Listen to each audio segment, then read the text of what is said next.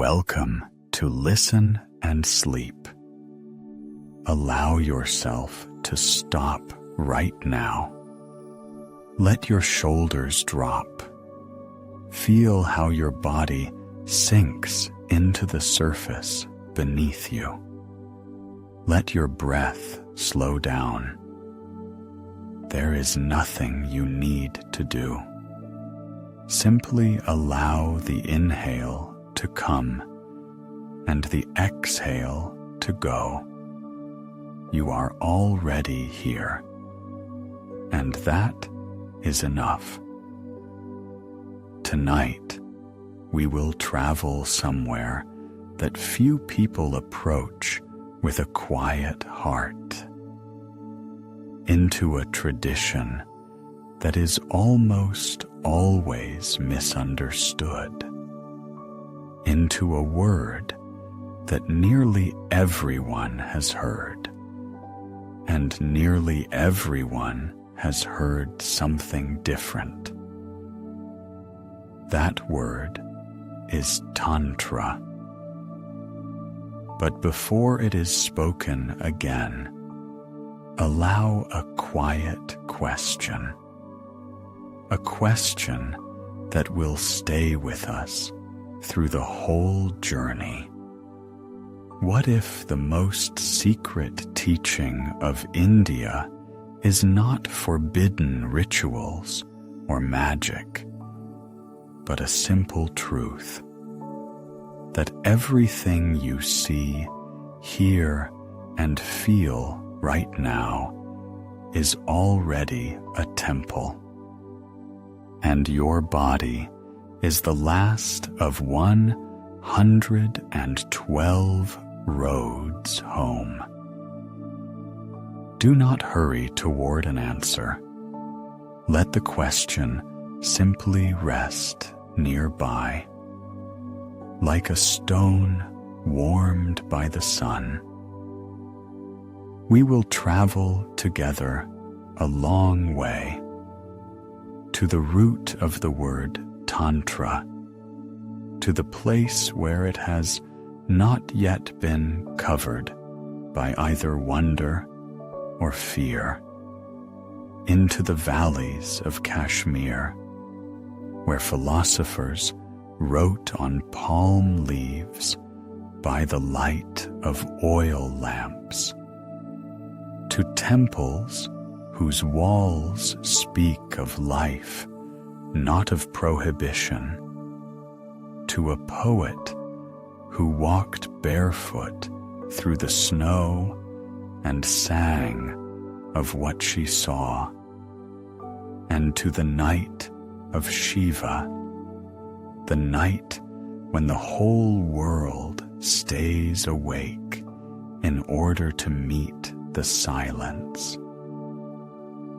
But let us begin at the very beginning, with a dark room, with a breath, with one word. The word Tantra came to the West, and something strange happened there. It appeared on book covers. It gathered flowers, incense, postures around itself. It became a synonym for something forbidden, exotic, vaguely alarming. People would whisper it with a knowing smile or say it with disapproval. But the meaning, the real, ancient, quiet meaning, disappeared somewhere along the way. And yet the answer is already inside the word itself. The root tan means to weave, to expand, to stretch. Tantra is a fabric, the very fabric on which reality is woven. Imagine you are looking at a tapestry in the dark, and you can see only one corner. Red threads, interweavings, a pattern. But if you step back and let your eyes adjust, the whole cloth appears. Mountains, rivers, sky, beings, and you yourself, also part of the pattern, not an observer standing outside, but a thread within. Tantra is a way of seeing the whole cloth, not a teaching in any rigid sense, not a set of rules, not a prohibition or a permission, a tradition, living, branching, rooted in a depth that is difficult to measure, a tradition in which the sacred is sought not far away, but here, in this breath, in this moment, in this darkness of the room where you are lying right now. In India, there are Tantra texts beyond counting. This is not an exaggeration. The texts that call themselves Tantras number in the hundreds. Among them are Shaivite texts, Shakta texts devoted to the goddess, Vaishnava texts, even Buddhist ones. Yes, the Vajrayana tradition also carries the tantric spirit. There are Jain branches as well. Each lineage is its own. Each places its own emphases. And yet, something is shared between them all. A gaze, a particular way of looking at the world. Tantra does not stand against the Vedas. This matters. It is sometimes presented as a rebellion, a heresy, a dark underside. But that is not so. If the Vedas are a path at dawn, across an open field, under a clear sky, then Tantra is a trail through the forest at dusk, where every step requires attention. Different roads, different light, one summit. The Vedas say, purify yourself, renounce, ascend. Tantra says something different. Look more carefully at what is already here. Do not flee the world. Enter it more deeply. Do not deny the body. Feel what it truly is. Perhaps it is here, in the ordinary, that what you are seeking lies hidden. This sounds simple, but the whole depth is in that simplicity. Over thousands of years, Tantra gathered currents from many different traditions: astrology and medicine, poetry and sound, geometry and gesture. All of these are its parts, its branches, because Tantra is convinced divisions do not exist. There is no such thing as the mundane and the sacred. there is no absolutely clean or absolutely unclean. There is a fabric, and everything is woven into it. Your breath is also part of the fabric. Right now, as you lie in the darkness, as the noise outside has grown a little quieter, and your body has begun to release the tension of the day, right now, you are closer to Tantra than anyone who has only read about it in books. Because Tantra does not begin with a text. It begins with attention. Attention to this exhale, to this darkness, to this moment when there is no past and no future, only now. And in this now lives a question that is thousands of years old. Who are you when thought falls silent? What remains when everything unnecessary falls away? What is this silence inside the silence? Tantra does not give the answer in words.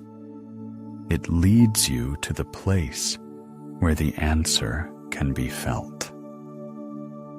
But to understand how it does this, we need to meet two beings, two who have never been apart, who have always existed together, though they may seem different. One is still, like deep water. The other is all movement, all warmth, all that you feel right now. Their meeting is the very heart of Tantra, and we are going there. There are two of them, and they have never been apart. But before we can see them, we need to stop, to wait until the eyes adjust to the darkness. Because what we are about to speak of cannot be seen in bright light, only in the half-dark, only in silence.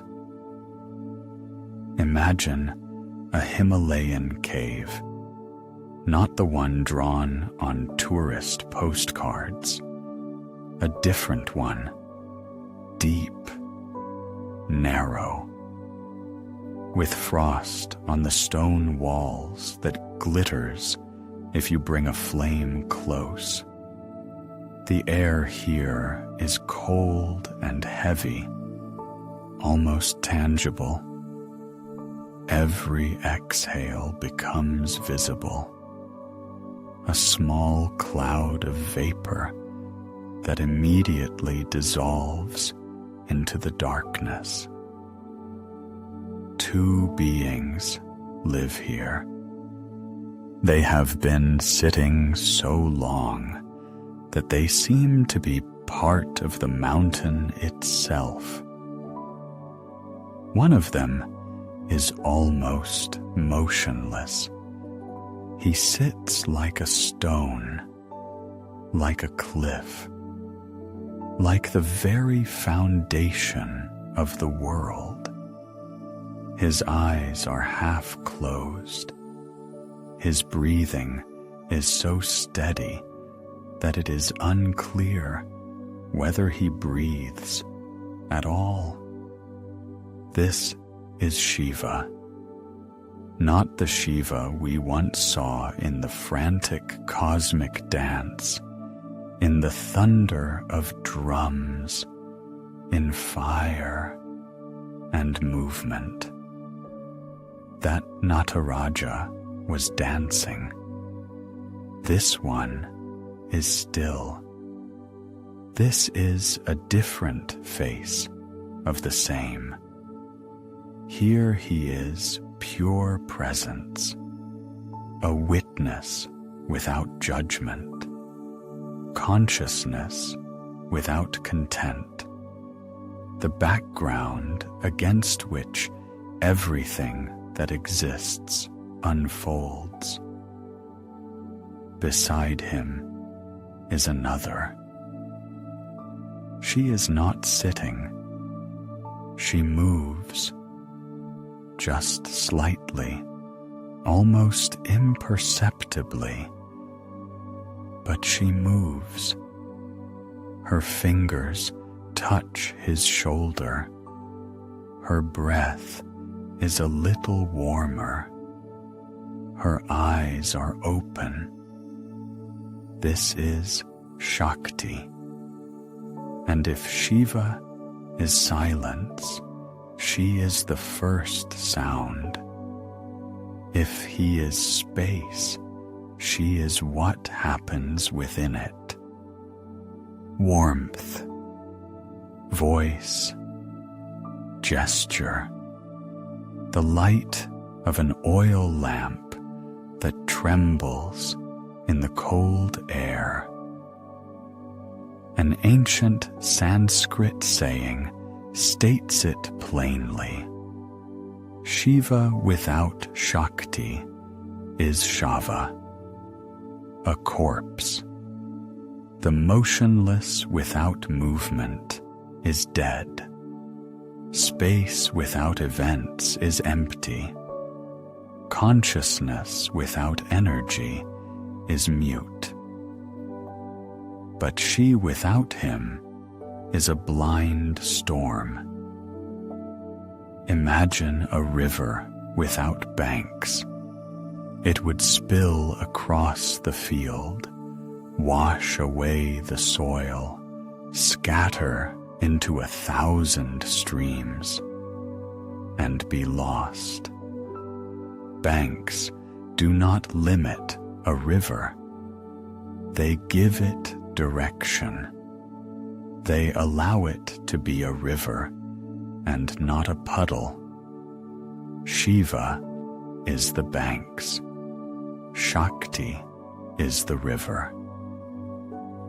Together, they are not two. They are one in two forms. Shankara, the great philosopher, wrote of this. His Saundarya Lahari, Waves of Beauty, opens with a single acknowledgement. Shiva can move only when joined with Shakti, not through effort, not through command, only through union. As a word is joined to its meaning. They can be separated only in thought, and only for a moment, because meaning without a word disappears, and a word without meaning is an empty sound. This is not a story about marriage, not about family, not about the roles of man and woman, though later the tradition would use these images. It is a story about the nature of reality itself, about the fact that there are two inseparable principles, stillness and movement, ground and manifestation, consciousness and its own energy. In old depictions, there is one particularly mysterious image.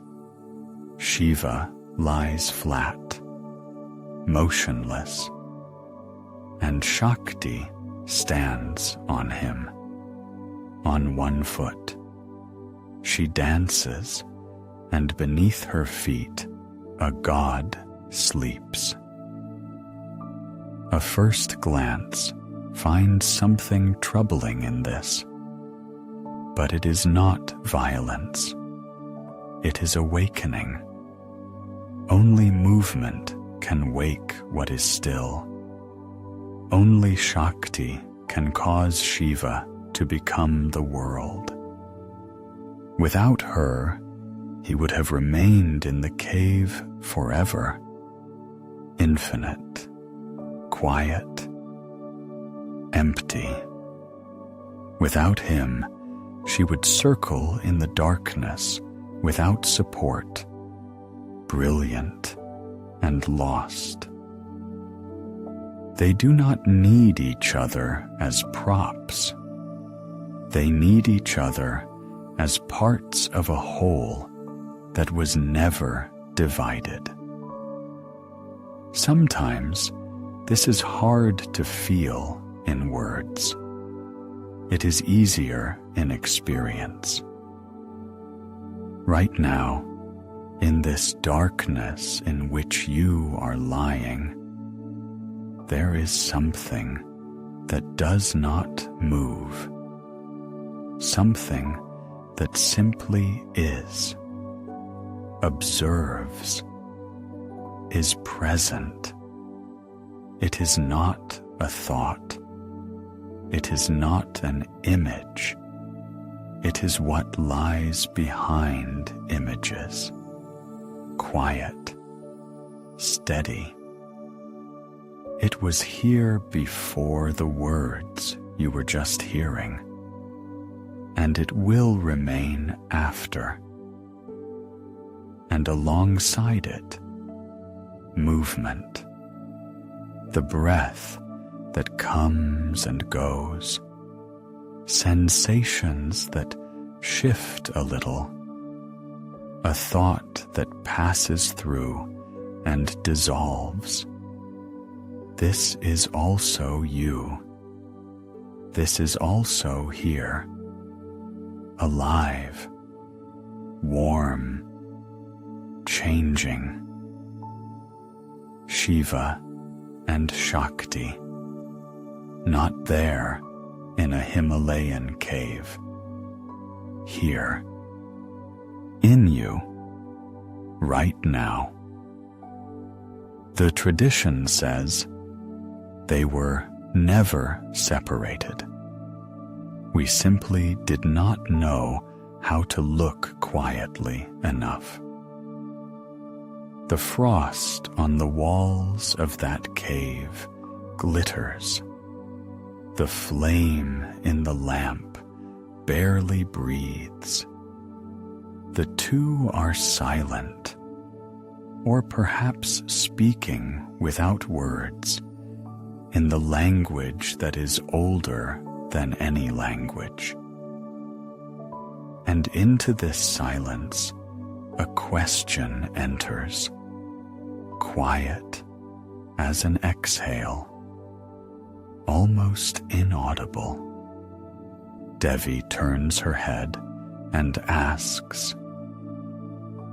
A question entered the silence, quiet, without impatience, the kind only a truly real question can be, one that has lived in a person for a long time before finding words. Devi asked, not as a student who wants to complete a lesson, as one who already stands at the very edge and wants to understand what lies beyond. O Lord, she said, what is your true nature? What is this wonder that fills the universe? Imagine this, a mountain refuge, a candle burning without a flicker. The air here is as calm as a pond on a still day.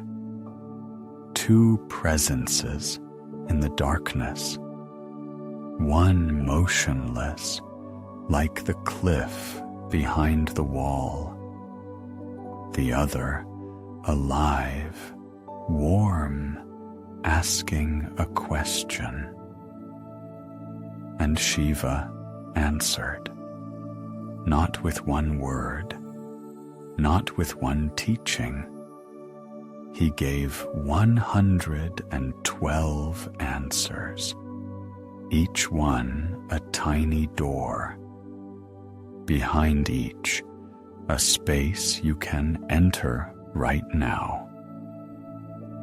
That is how the text, known as the Vijnana Bhairava Tantra, was born. Its name can be roughly translated as the knowledge of the space of consciousness in which fear dissolves. Word by word, breath by breath. It is one of the most quiet and beautiful texts ever set down. 112, a number that means enough for everyone. Enough so that each person can find their own path. The one who hears better than they see. The one who thinks better than they feel. The one who has grown weary of words and seeks silence. And the one who, in the very silence, begins to feel afraid again. For each, their own door. The first dharana, the first instruction. Between the inhale and the exhale, there, only 5 words. But try to hear them not with the mind, but with the body. You inhale, air comes, the chest expands, the ribs open, a moment of fullness, and then a pause, the smallest pause in the world, the instant when the inhale has already ended and the exhale has not yet begun, neither here nor there, neither past nor future, simply being. There, says Shiva, in that gap, look there. You can feel this right now. Inhale gently, slowly, and at the end of the inhale, linger just a moment without effort. Simply notice that instant, thinner than a hair, that sliver in the fabric of time. Tantra says, this is the closest there is to what truly is. The second instruction is about sound. When you hear a sound, stop in that moment. Not in the sound, in the moment when the sound touched you, before you named it, before you decided whether you liked it or not. You hear something, perhaps the wind beyond the wall, perhaps the silence that always has its own quiet voice. And instead of passing by, stop yourself. Stay there. in the very beginning of hearing. This is not a technique. This is not an exercise. It is an invitation, gentle, without compulsion. The third, gazing into the empty sky, relax into it. The sky does not resist. It does not hold a shape. It receives everything: clouds, birds, light, darkness, and remains itself. Shiva says, look into it without purpose, seeking nothing, and relax, as water relaxes when you stop disturbing it. Shakti is the side upon which the gods rest.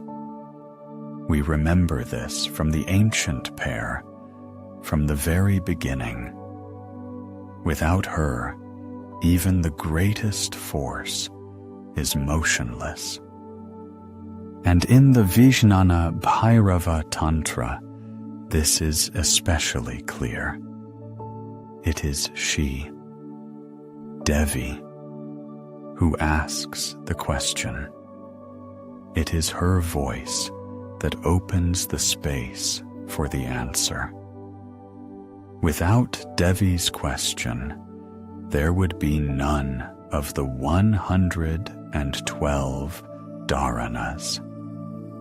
There would be no text at all.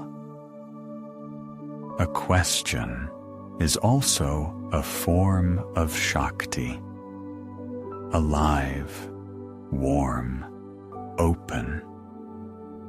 In the mountain refuge, the candle burns steadily.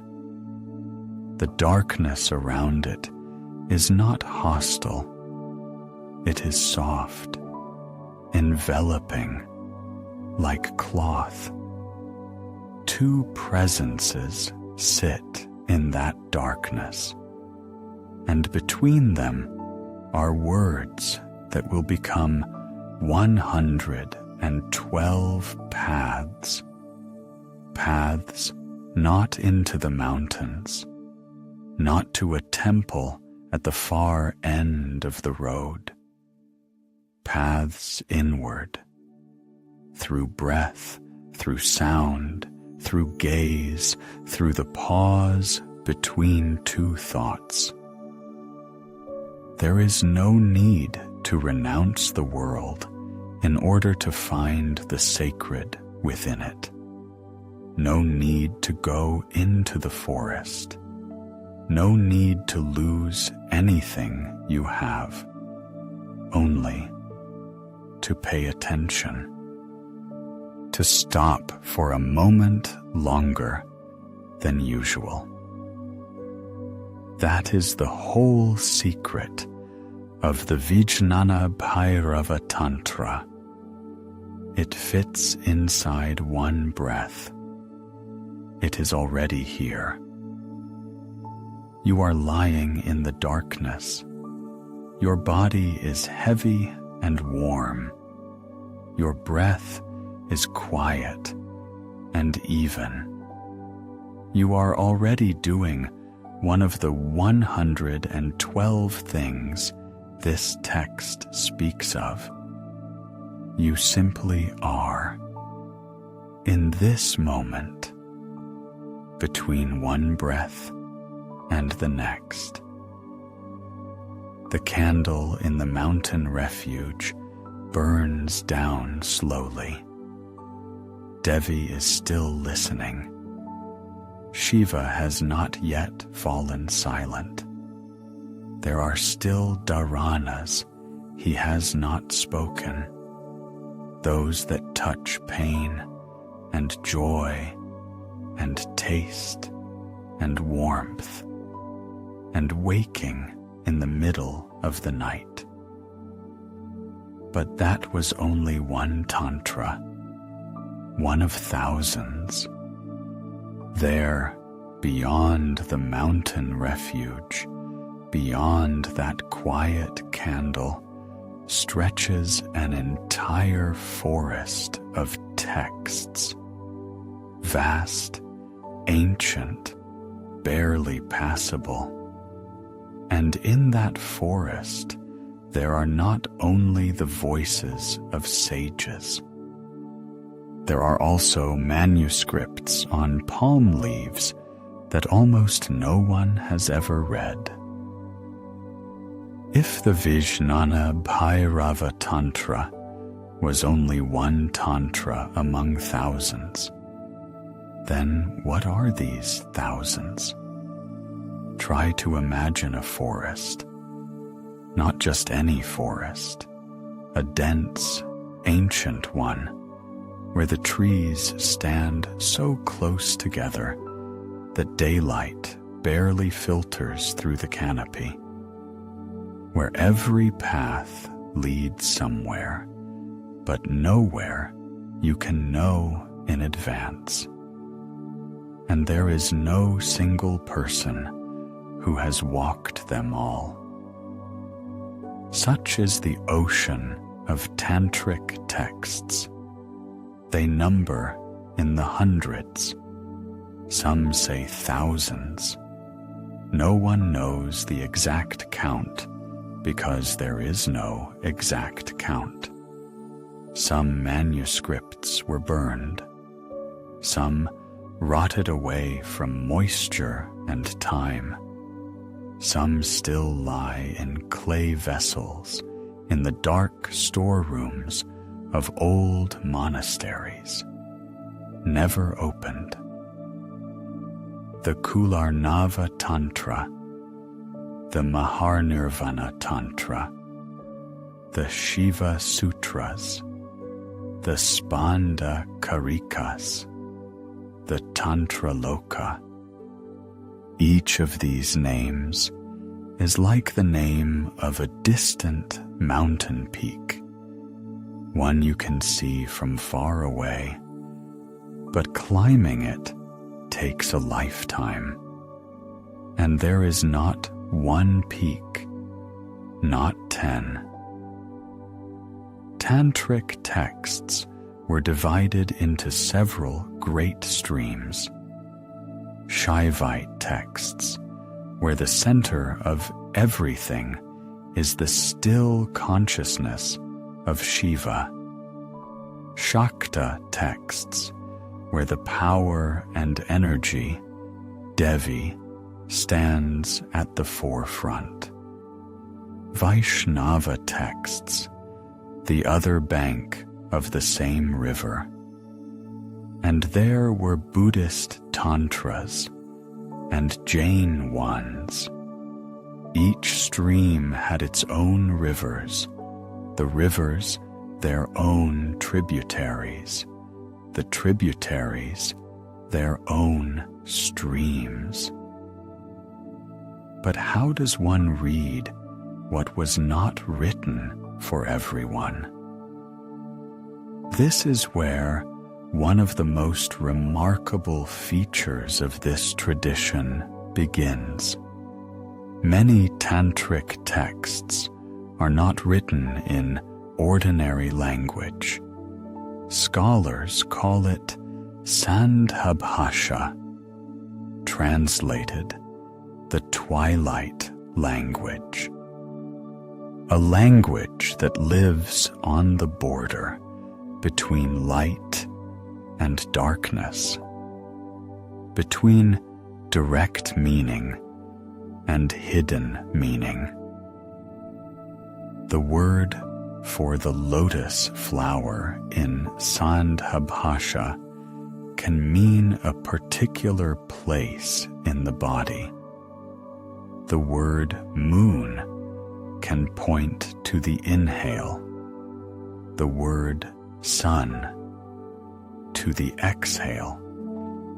The simple phrase, "enter the water," can be a description of a meditative state that cannot be conveyed otherwise. Reading such a text without preparation, you see beautiful poetry and nothing more. The meaning slips past like a reflection in dark water. It cannot be grasped by the mind. It can only be recognized, and only when you already know what you are looking for. Why write this way? Why not say it plainly? This was not arrogance. This was not a wish to hide the truth from outsiders. It was care. Deep, almost maternal care. Because certain practices, taken without context, without preparation, without a living person nearby, do not liberate. They confuse. They can cause harm. Imagine fire. Fire warm, illuminates, purifies. But you do not take it in your bare hands. For that you need skill. You need time. You need someone who will show you. Like this, here, with this care. Oral transmission was the foundation. A guru is not simply a teacher in the modern sense. This is a person who carries light into the dark. One who has already walked this path and knows where it is slippery. They do not transmit a text. They transmit an understanding that lives not on palm leaves, but in a living breath, in a gesture, in the pause between words. Palm leaves. To see an old tantric manuscript even once is to understand. This is not simply a carrier of information. It is almost a living thing. The leaves are dried, cut into thin strips, covered in the tiniest letters, scratched with a sharp stylus. They are bound with a cord passed through a hole, sometimes wrapped in cloth, dark, dense, sometimes sealed with wax. In the monasteries of mountain valleys, such manuscripts were kept in special rooms. It was always cool there. Through a narrow window fell a dusty shaft of light. One shaft, motionless, like a ray in dark water. The smell there was particular. Old paper, a little bitter oil, a little wood, a little time. A monk entrusted with access to such a storeroom knew. Opening a manuscript is not reading, it is a meeting. And in these manuscripts lived knowledge that was not transmitted any other way. Lines of transmission stretched from teacher to student across generations, quietly, without announcements, without public disputes. One student received one text. Another received a different one. Sometimes an entire school kept one text, considering it their greatest treasure, and did not share it with outsiders, not out of greed, but because they understood.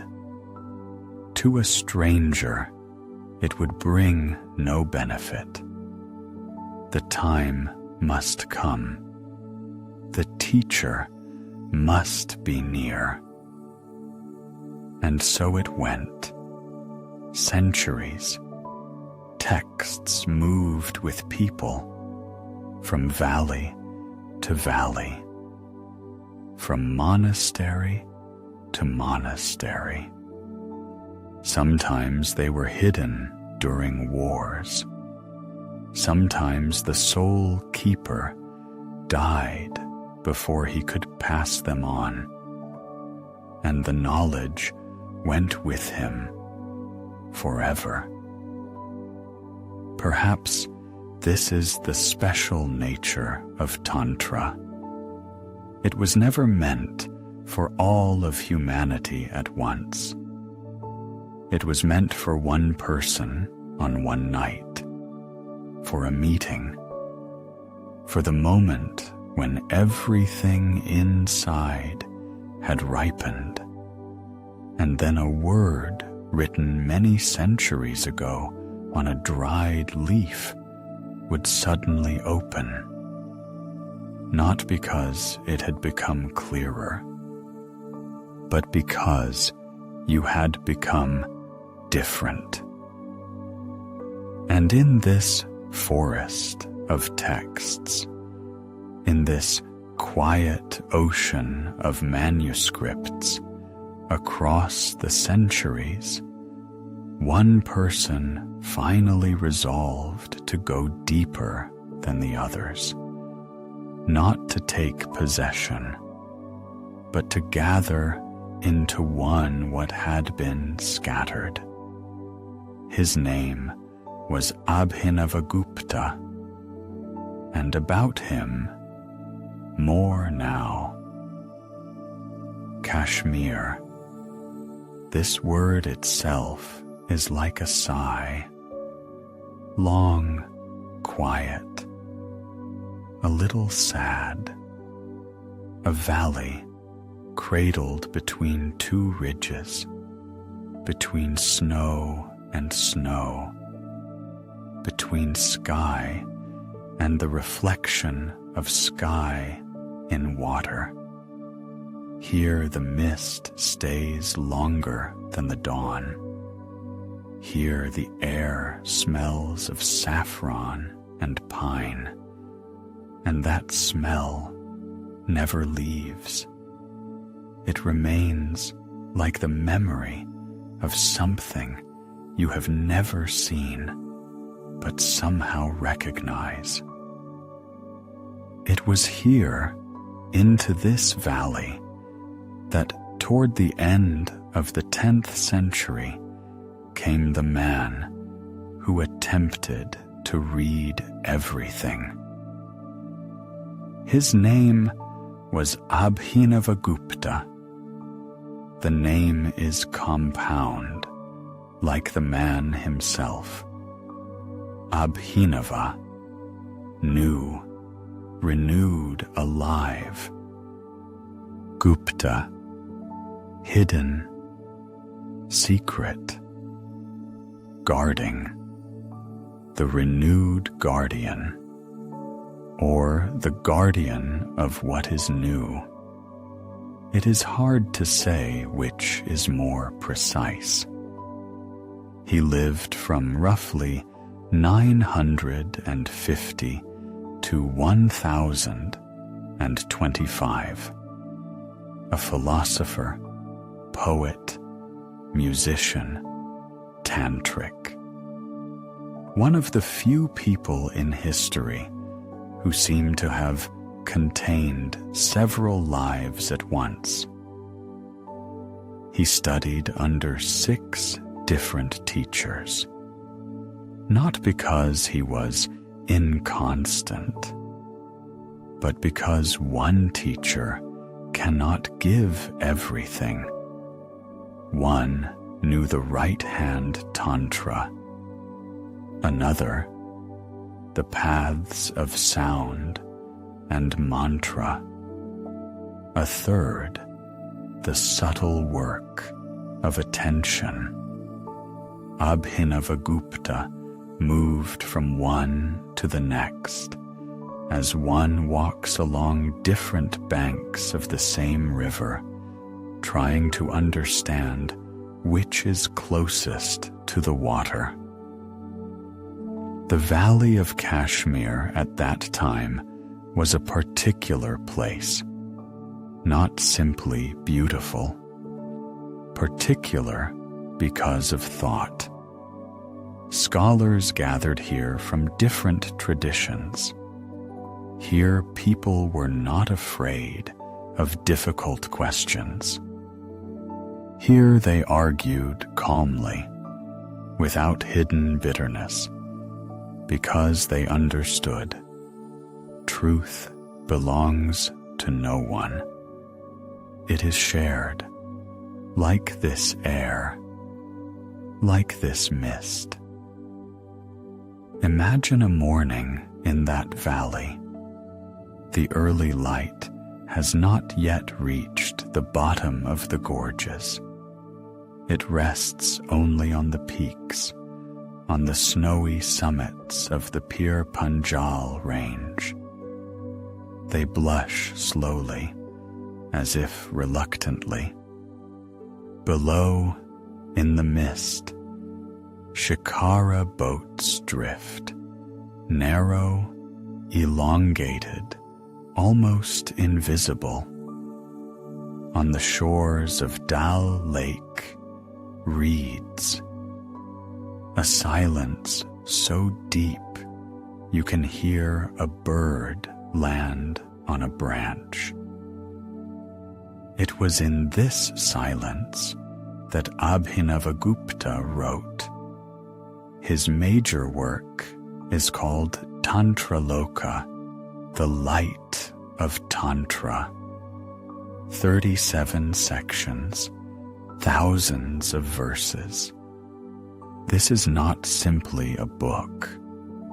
It is an attempt to encompass everything at once, the whole tradition, all the schools, all the paths, to gather what was scattered into one, to give form to what had existed before him as a current, as a cloud, as smoke. Before him, there was a lineage. Vasugupta lived in the 9th century, also in Kashmir. Legend says, one night Shiva appeared to him in a dream and pointed to a rock. The rock is called Mahadevagiri. The next morning, Vasugupta climbed there and found lines carved in stone. 77 sutras, short sayings, each containing an entire world. They are called the Shiva Sutras. Not because Shiva physically dictated them, but because sometimes understanding arrives not from a book. It arrives from a stone, from a dream, from the pause between two thoughts. After Vasugupta came Somananda, then Utpaladeva, his student. They developed what in Sanskrit is called pratyabhijna, literally recognition, not cognition, not the discovery of something new, but the remembering of what is already there. Pratyabhijna says simply, "You are already Shiva. You always were.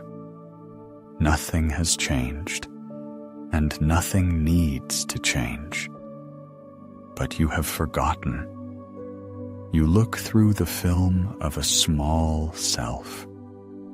Your anxieties, your habits, your stories about yourself, and you cannot see what lies behind it. Behind it is space, pure, quiet, inexhaustible. This is not a path of effort, not a path where something must be done, somewhere arrived, something achieved. It is a path of attention, subtle, calm, gentle attention, to look at yourself as if seeing for the first time, and in that gaze, to recognize. Abhinavagupta took up this thread and carried it further. He added to Pratyabhijna the concept of spanda. Spanda, vibration, the first movement, a trembling, not coarse, not audible, the most subtle, that which precedes sound. What comes before a gesture has become a gesture, an impulse, the first I want to know, the first I notice, the first awakening of consciousness to itself. If Shiva is space, then spanda is the first breath of that space, barely perceptible, like the trembling of water when a quiet step is taken nearby. Have you ever noticed that moment between sleep and waking, between not yet knowing where you are and having already remembered, that short, almost elusive instant? That is spanda, consciousness recognizing itself before names, before words, before I. The Kashmir Shaivism that Abhinavagupta gathered into one whole is the most refined form of Tantra. There are no extremes here, no provocation, no shock, only contemplation. Only this quiet question: what is consciousness when looked at from within? His other work is the Paramarthasara, the essence of the highest meaning, brief, almost aphoristic, and another on poetics, on how a word gives rise to experience. He understood thought and beauty are not two separate things. Tantra lives where they meet. It is said that at the end of his life, Abhinavagupta entered the cave of Bhimkund together with his students. There were, according to tradition, around 1,200 of them. They walked into the mountain singing hymns and did not come out again Whether this is legend or not is hard to say, but it says something important. Sometimes disappearance is not an ending. It is another kind of presence. The snow on the peaks of the Pir Panjal range lies there still. The mist in the mornings still dissolves slowly over Dal Lake. The Shikara boats glide without a sound, and the saffron fields still bloom. Thousands of small flames in a valley that remembers all of this, but says nothing. Kashmir Shaivism left behind not only texts, it left behind a way of looking at the world as the manifestation of consciousness, at the body as its instrument, at every moment as an opportunity for recognition. Abhinavagupta wrote millions of words to explain one simple movement. Turn inward, gently, without effort. Simply look. But there was one who did the same and wrote nothing, or more precisely, wrote very little. 2 lines. And in those 2 lines, everything that Abhinavagupta described across thousands of pages. She walked barefoot through the snow, across the cold Kashmir stone, which in January freezes until it feels like metal, and the vapor of her breath trailed behind her like a quiet trace. Her voice sounded in the valley, not loudly, barely audible, but the valley listened. Her name was Lalla, and also Lalla dead, Lalla Yogeshwari, Lalla Arifa. 3 names, 3 ways of saying one thing. Here is a woman who found what people spend their whole lives seeking.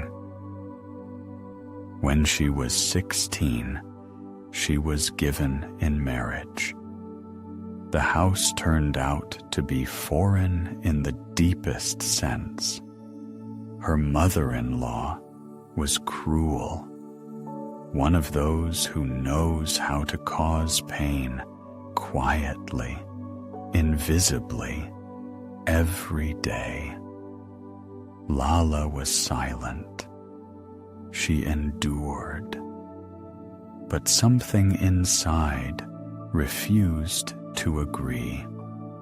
Something refused to accept that this was all life was. Then she left. Not ran away. She left, calmly, as one leaves what no longer holds. She became a student of a Shaivite teacher named Siddha Srikantha.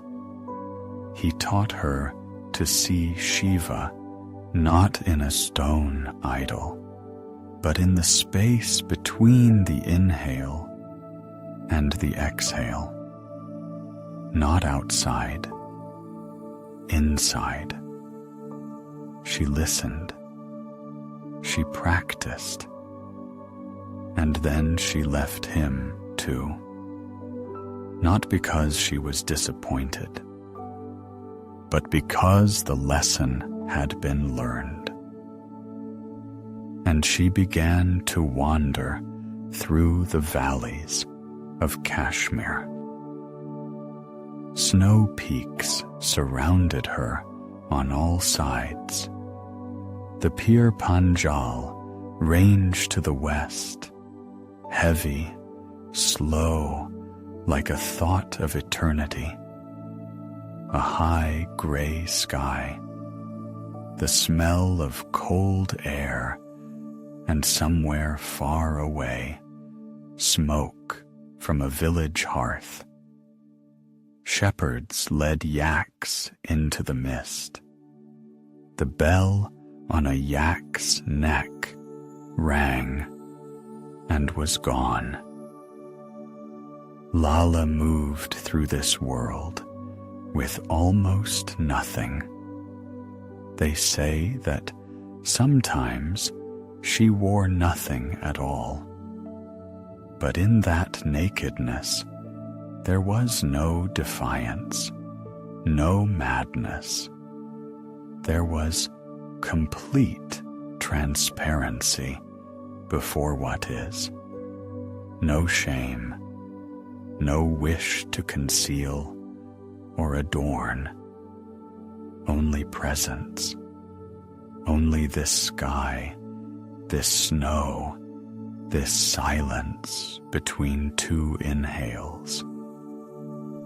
Imagine reaching such a point when there is nothing left to protect, when the boundary between yourself and the world becomes as thin as an autumn spider's web at dawn. Perhaps this is what is called freedom. She sang.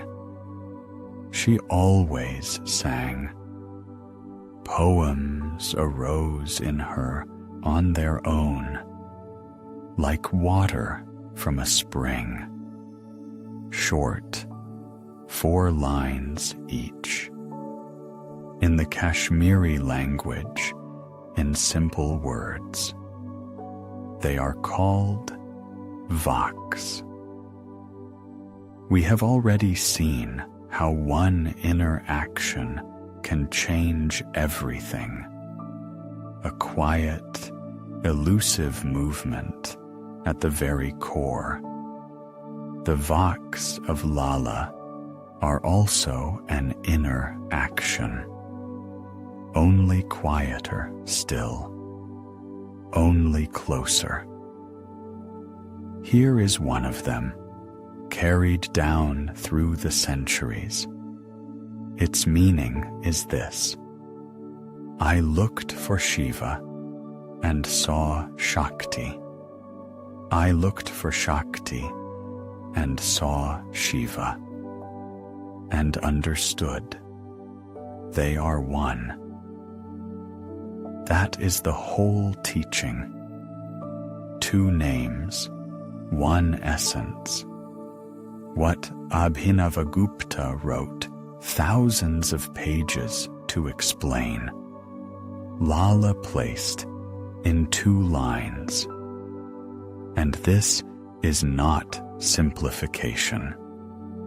This is that degree of understanding at which words begin to weigh almost nothing, because they point to what needs no words. And one more Vak. Its meaning: 1,000 temples I visited, seeking God, and found him in my own chest. 1,000 temples.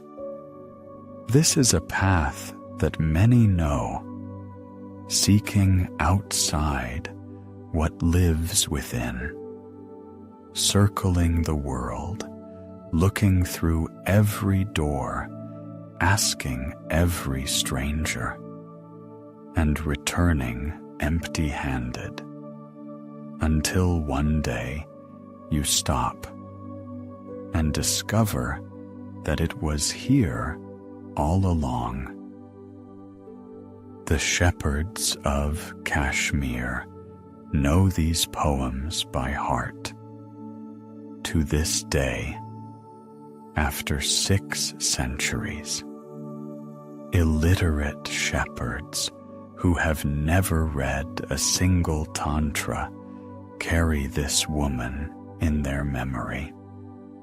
Her words have clung to the mountains the way lichen clings to stone, quietly, firmly, forever.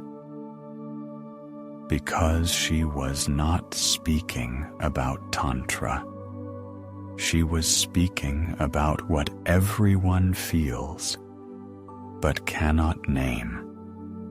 That space which opens when you grow tired of seeking. When you allow yourself to simply stand in the snow, look up at the sky, and hear the bell ringing somewhere in the valley below. Tantra without a book, Tantra without a rite, Tantra without a temple, and without a teacher nearby. Only recognition. Here is Shiva, here is Shakti, here is their meeting in the most simple thing, in the white space between 2 inhales. Lalla did not found a school. She did not write texts. She only sang, and others remembered. She did not gather students. She only walked, and people stopped to listen. She lived her tantra completely. As one lives a river, not by speaking about water, but simply by flowing. Somewhere in the mountains, her trace is lost, as it should be with those who have reached the end of the path. They do not leave. They become the air the valley breathes. Right now, lying in the darkness, you too can feel something of this. Not Lalla's voice, something quieter. That very gap she sang about. Between the exhale and the next inhale, a tiny pause. Nothing is there. And in that nothing, everything. The Tantra that Lalla carried was living and bodiless at the same time. But Tantra is also the body. It is also ritual, gesture, and sound spoken at the right moment. Because we come into this world not as bodiless beings, and the path passes through the flesh, not around it. And yet the body remembers what the mind forgot long ago. Lalla walked barefoot through the snow. Her soles felt every stone, every crack in the ice, every breath from beneath the earth. She was not fleeing from the flesh. She walked in it, through it.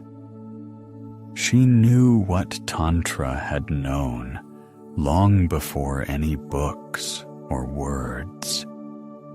The body is not a cage. The body is a map.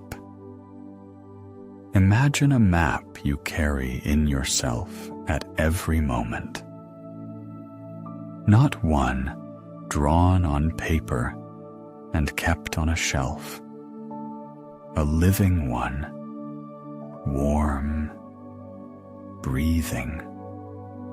A map that contracts and expands with you, in which there are rivers, invisible but flowing, mountains, motionless but full of power, centers where everything intersects, where life hums quietly.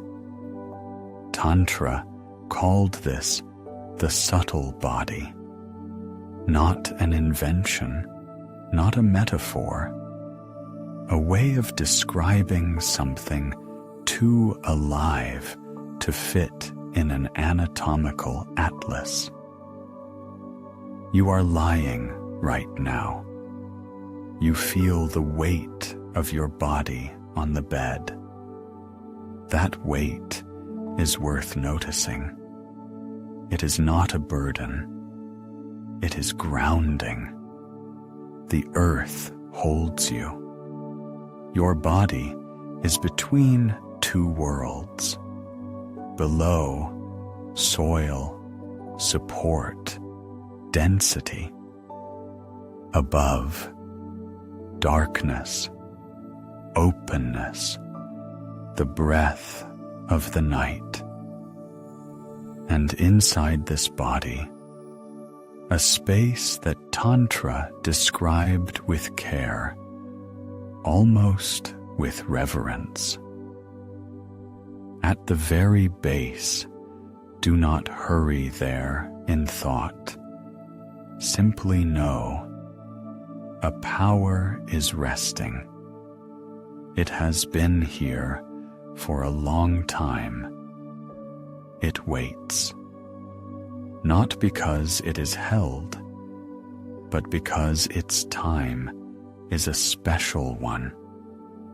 There will be a separate conversation about this power very soon. For now, only a hint, like fire covered by ash. The warmth is there.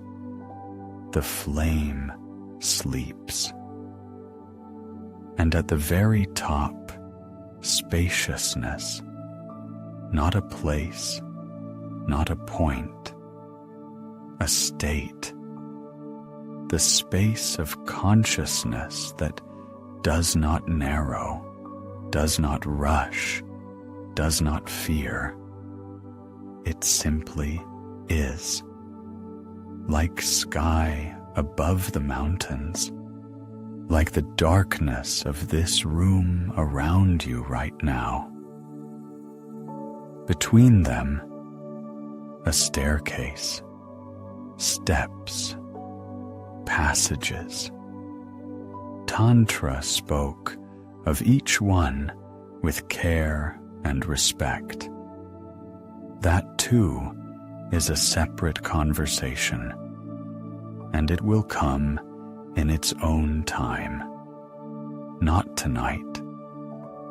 Tonight, only the feeling of the staircase itself, that it exists, that you stand on it, even when you do not think about it. Because Tantra made an important claim. The body is already built like a temple. There is no need to rebuild it, no need to overcome it, no need to be ashamed of its weight, its smells, its tiredness. It is already what is needed. It already holds both earth and sky, both the quiet power and the wide silence. Many paths of wisdom have said, renounce the flesh, leave it. Go into the forest, wear simple cloth, forget the taste of food and the warmth of a bed. This too is a path, and it has its own beauty. But Tantra went differently. It said, everything you feel right now is already material, already a gateway. You eat. This can be a practice if there is presence in it.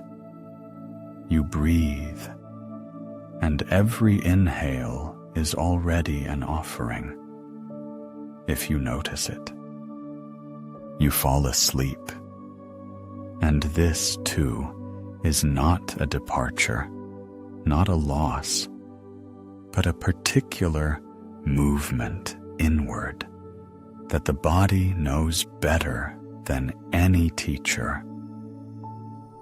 Feel your breath right now. Do not control it. Simply feel. Air comes in. The chest expands slightly. The belly rises a little, and then the outflow, slow, warm, into the darkness of the room, into the silence.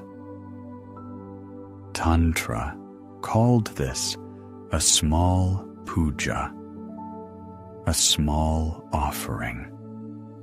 No lamps or flowers are needed, no Sanskrit words. One aware breath, and you are already in the temple. You are already performing what has been performed for thousands of years. Attention to life in the moment of life. Nothing simpler, nothing more ancient. The body knows how to do this. It remembers. Even when the mind wanders, the body breathes. The heart beats. Blood flows through invisible rivers within. It needs no reminder. It is already living what Tantra called sacred. Notice the weight of your hands, how they lie, how there is warmth in them, quiet, steady. This is not simply biology. It can at least be felt as presence, as something that holds you here, in this night, in this body, in this moment.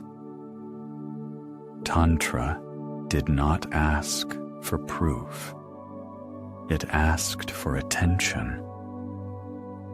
Somewhere in Kashmir, many centuries ago, a person sat down by an oil lamp, closed their eyes, felt their body, this yantra of bone and warmth, and began simply to breathe, consciously, quietly, as if each inhale were a question and each exhale an answer that does not need to be formed into words.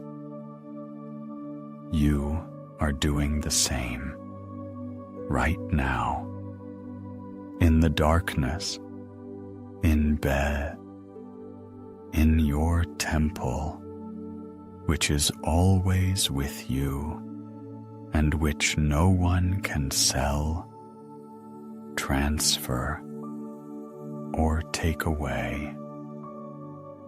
It is yours, singular and already ready. Warm waves of tiredness move through the body slowly.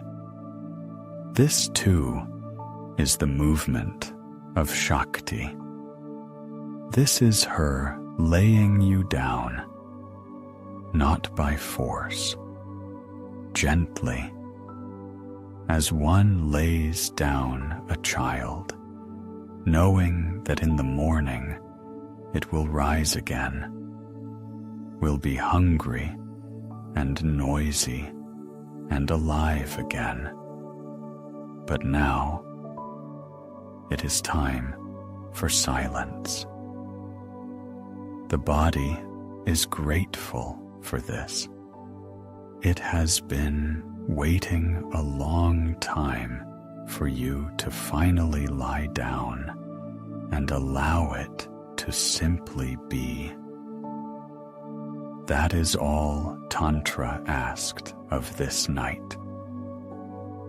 But there is a question that will not rest. All this beauty, the map of the body, the breath as offering, the subtle rivers within. Why then, when the West heard the word Tantra, did it recall something entirely different? Why out of 1,000 paths was just one single door chosen? And that one misread. Soon we will find ourselves at the walls of a temple in central India, where the rose sandstone holds the answer, and where stone speaks more quietly than most expect. The answer came through stone, through the rose sandstone of central India that knows how to glow at dawn as if something of its own is burning within it. This is Khajuraho, the 10th through 12th centuries of our era, the state of Madhya Pradesh, a valley among low hills where the Chandela dynasty decided to build something impossible. Originally, there were 85 of them, 85 temples in one valley. Today, about 25 survive. But even these, a suspended breath, an entire world frozen in stone for 1,000 years. Imagine that morning, the sun still low, orange, shadows from the carved towers, the shikaras, stretch across the ground in long strips. Somewhere in the distance, a peacock cries. The air is warm, a little damp, and these walls, at human height, then higher and higher still, are covered with figures. Thousands of figures. Warriors with spears, hunters on horseback, elephants in battle formation, musicians with venas and double-headed drums, dancers with raised arms, fingers curved, palms speaking without words, saints in meditation, in poses that have survived to our day, mythical beasts, celestial beings, ordinary people in ordinary moments. One carries a vessel, one combs their hair, one gazes into the distance. And among all of this, couples in each other's arms, peaceful, quiet, woven into the general flow of life just as naturally as the elephants and the dancers. When English officers arrived here in the 19th century, they saw one thing, only one thing. They wrote of pagan erotic scenes and hurried away. That is how the myth was born. That is how Khajuraho became the temple with immodest sculptures, and the entire West adopted this conclusion before anyone had time to ask, why are they here? The Indian tradition had not forgotten the answer. It simply never stated it aloud. It was obvious to those who came to pray. Before entering the Garbhagriha, the innermost sanctuary of the temple, the darkest and quietest place, where the image of the deity stands, you pass outside first. You walk around the walls in a circle, slowly, clockwise, as is proper when circumambulating the sacred. And as you walk, you see all of this. The warrior, the hunter, the dancer, the lovers, the sage, death, birth, joy, struggle, all of life, complete. And only having passed through it, all of it, not turning away, not skipping a single scene, do you enter inside, into the darkness, into the silence, to what has no form. This was not provocation, it was instruction, silent, written in stone. In one of the tantric texts, there is an aphorism that sounds almost like a breath. Whatever is here is there as well, and there is nothing here that is not there. Khajuraho is this aphorism become architecture. Every figure on the wall says, nothing is excluded. Nothing is shameful in itself. Everything that lives in you is already part of this. There is another path. The path where one goes into the forest and leaves the world behind. The path of deep renunciation. That is a separate conversation, and its time will come. But Tantra chooses differently. Tantra does not flee life. It passes through it, all the way through, without turning away.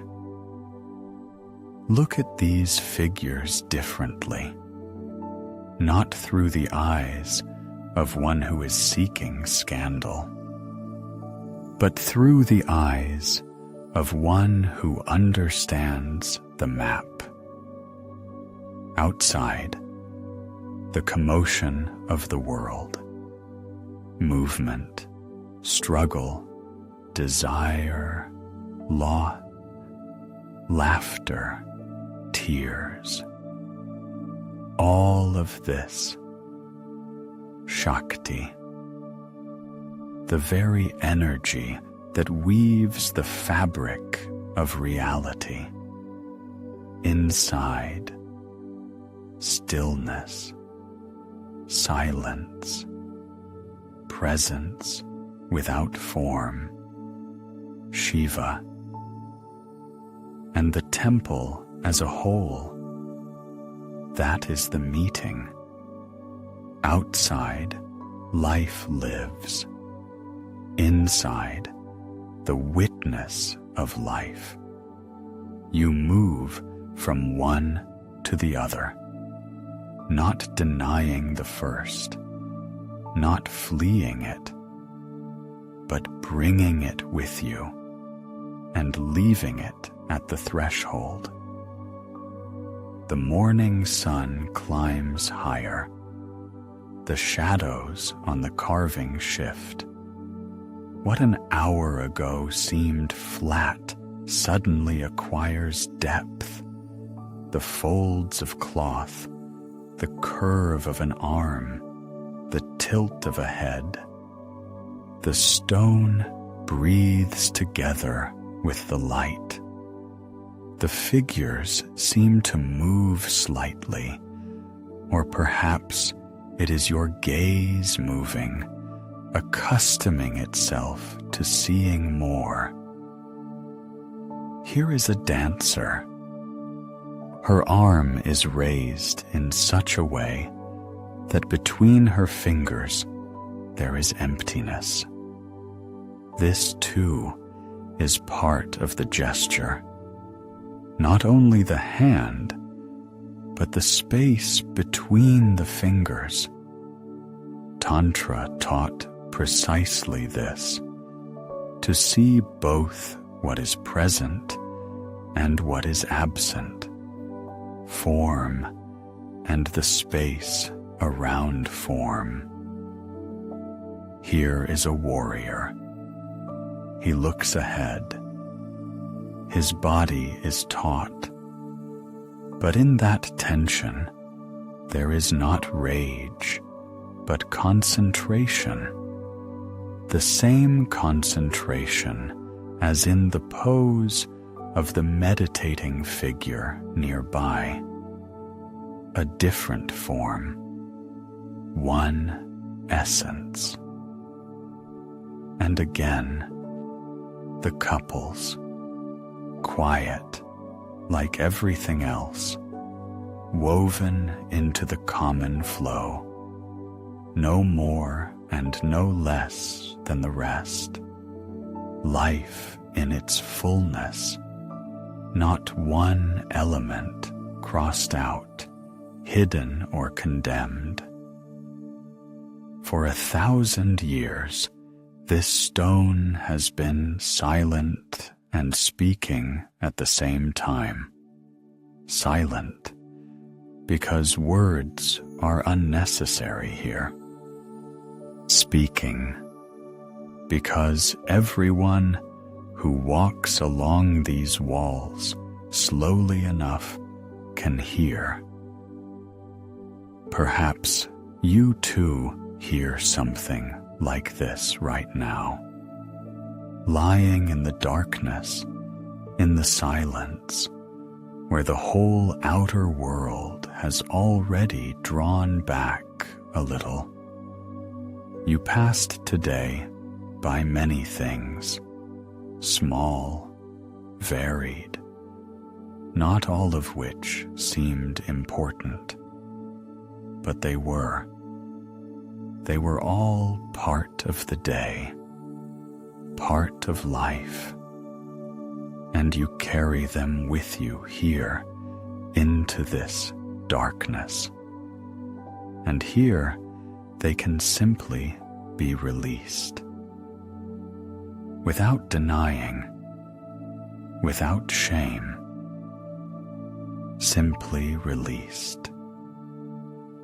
The sun is now high. The rose sandstone has turned golden. The shadows have shrunk and hidden at the feet of the towers. The peacock fell silent long ago. Somewhere in the distance, a village is beginning its ordinary day. And here, silence. The very silence that was always here. Inside, behind all the figures, behind all the scenes, behind all the life carved in stone. And at the very center of that silence, if you look long and quietly, a figure appears. Not a warrior, not a sage, not a dancer, not a hunter. She is what stands behind all the others, the one who gives them the power to move, the one whose name is given to this energy. Devi, the goddess, and about her, very soon. She is always at the center, even when she goes unnoticed, even when a gaze moves along the walls of the temple, pausing on the warriors, on the dancers, on the stone elephants with their gentle eyes. She is there, at the very core, quiet, full, like a point from which everything else radiates. Devi, the goddess, not one among many, and not one instead of many. Something different, unified, taking whatever form is needed in this moment. Like water that becomes ice or steam without ceasing to be water. An altar at night looks different from how it looks in daylight. An oil lamp burns on a brass plate, a small living flame that does not fight the darkness, but simply exists within it. Hibiscus flowers lie nearby, dark red, almost black in this light, and a lotus, if the season allows. The smell of sandalwood, quiet, deep, like the smell of time. Somewhere outside the window, the night, full, warm, like an embrace that was not requested. It is in such darkness that the names of Devi are born, not as a list, as a current, as waves that arrive one after another, each of them full. Parashakti, the Supreme, she who is above name and image, above thought and silence. Lalita, she who plays, because the creation of the world is play, not frivolous, deep, like a dreamless sleep. Lalita Tripura Sundari, the beautiful one of three worlds, the earthly, the heavenly, and what lies between them, the intermediate, where shadows and reflections dwell. Bhuvaneshvari, the queen of the universe, she whose body is space, she within whom everything that exists is held. Kali, the dark mother, the protruding tongue, the garland of skulls, a gaze from which one wants to draw back. But in Tantra, they know Kali frightens only the one who is afraid of losing their familiar face. She comes not to destroy you. She comes to destroy what you thought you were. The illusion, the mask, the story about yourself that you repeated so long you confused it with yourself. Kali is liberating, not frightening. Her darkness is the very darkness in which you are lying right now. Tara, the rescuer, she who ferries across. Durga, the invincible, she who rides the tiger and does not look back. Saraswati, knowledge, white, calm, with the string taut on her veena. From her, all words, all notes, all thoughts that ever proved exact. Lakshmi, abundance, she from whose palms golden petals fall, not as a reward, but as the natural state of one who is open. All of this is her, one current in different banks, different faces of one presence, as one moon is reflected in 1,000 lakes and remains one moon. In the Tantric school, known as Sri Vidya, Devi is approached in a special way, not only with words and not only with silence, through form, through geometry, through a yantra, a figure in which the structure of the world itself is encoded. Shri Yantra. Imagine it, even without seeing it with the eyes.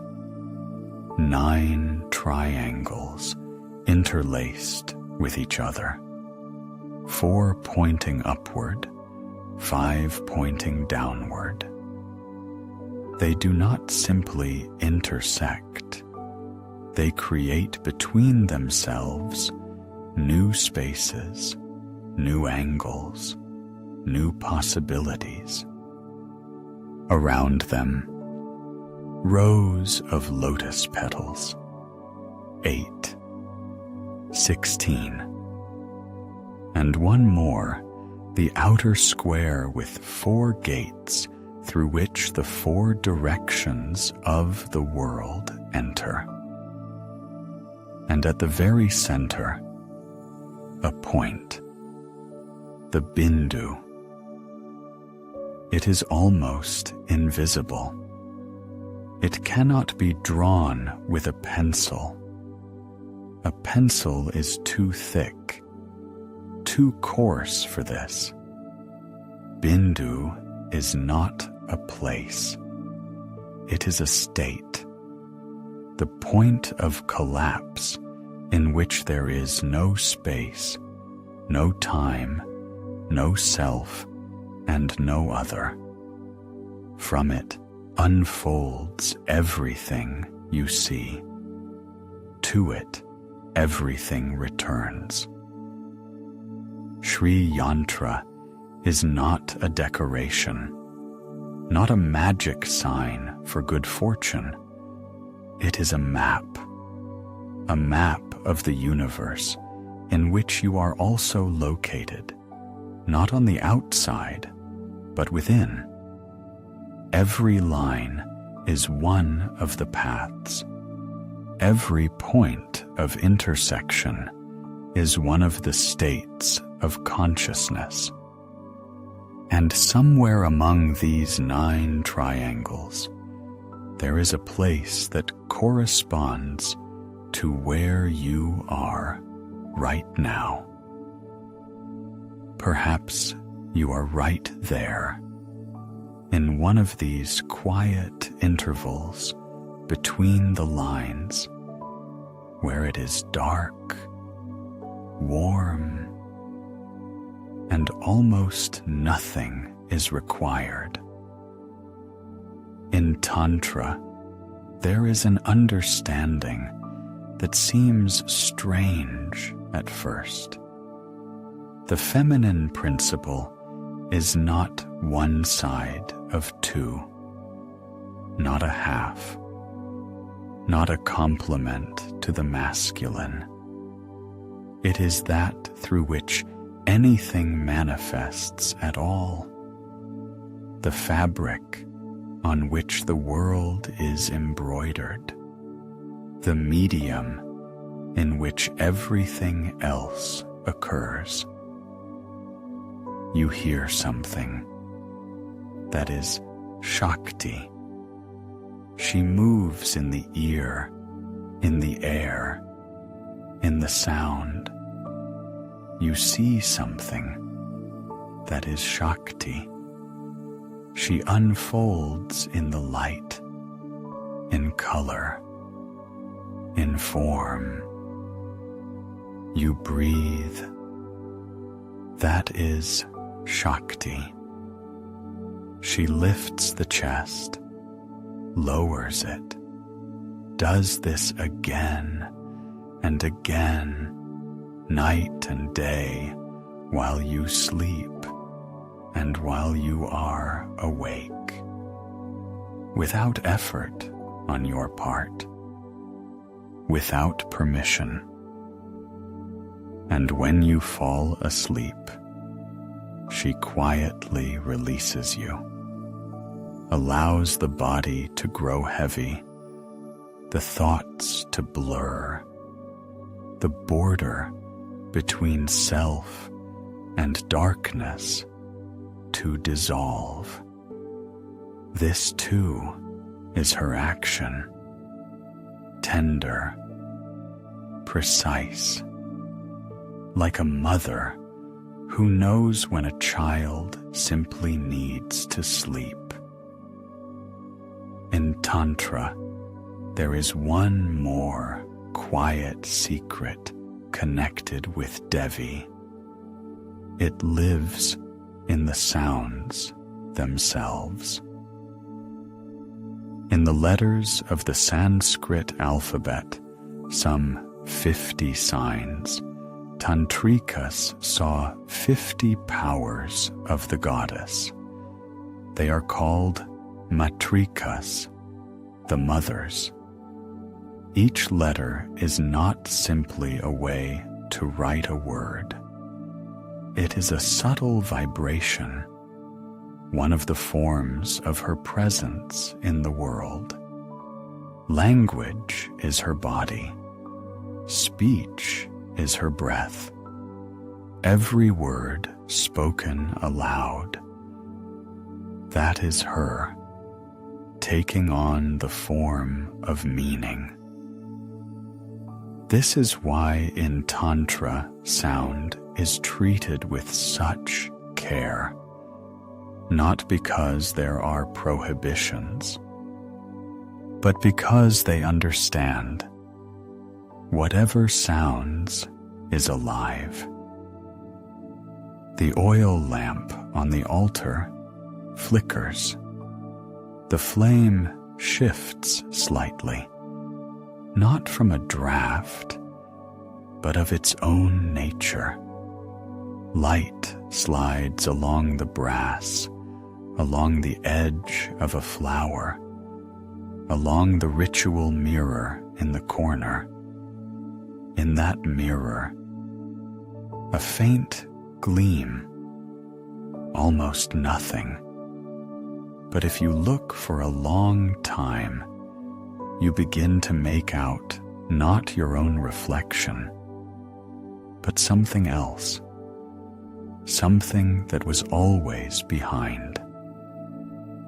Perhaps this is Devi, she who falls asleep in each of us together with us, and wakes first. About devotion to her in its purest form, when there is no request, no fear, only an open heart, there will be a separate conversation in a completely different time, in different words. But already now, in this darkness, you perhaps feel something resembling what that conversation will be about. For now, there remains one question, simple and deep at once. How does one sit before all of this? How does one enter a space that has just opened? What do the hands do? What does the breath do? What does the silence do in the moment when you want to meet something greater?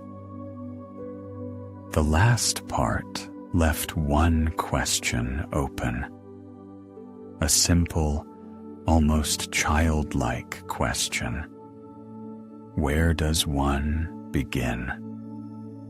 If the body is a temple, if breath is already an offering, if Shakti is present everywhere and always, what does a person do who wants to meet her consciously, intentionally, with full attention? They go to the corner of the room, the quietest corner. Perhaps there is a small wooden shelf there, perhaps just a piece of cloth, red or saffron, faded and soft, a brass lamp with a wick, already slightly blackened at the edges, a small flower in a dish of water, a stick of incense smoldering just barely. Nothing else remarkable, nothing that could not be found in any home, in any room. This is puja, a meeting with what was always nearby. Before sitting down, the tantric makes a few simple movements, a few drops of water over the space around, over oneself, not as a washing, but as a gesture of intention. Water in the tradition is the purification not of dirt, but of distraction. It reminds, you are here. You have come here. Now is the time of meeting. Then, a few breaths, slow, full, Breath in Tantra is not merely physiology. It is the movement of Shakti through the body. Each inhale, she enters. Each exhale, she exits, taking with her what is no longer needed. The tension of the morning, the remnant of a conversation still hanging in the air, the worry about something that will happen tomorrow. The exhale carries it away, quietly, without effort. Then begins Nyasa, an inner gesture, invisible from outside, but felt from within. Nyasa is placement, the mindful settling of presence across the body, forehead, throat, heart, palms, soles of the feet. Not simply the touch of attention to these points, something more, as if you were setting lamps in the dark rooms of a large house, one by one, until the whole house fills with steady light. Forehead, where thoughts begin to quiet. Throat, where sound is born, and where it falls silent. Heart, where what lives has no words. Palms, they touch the world. They give and receive.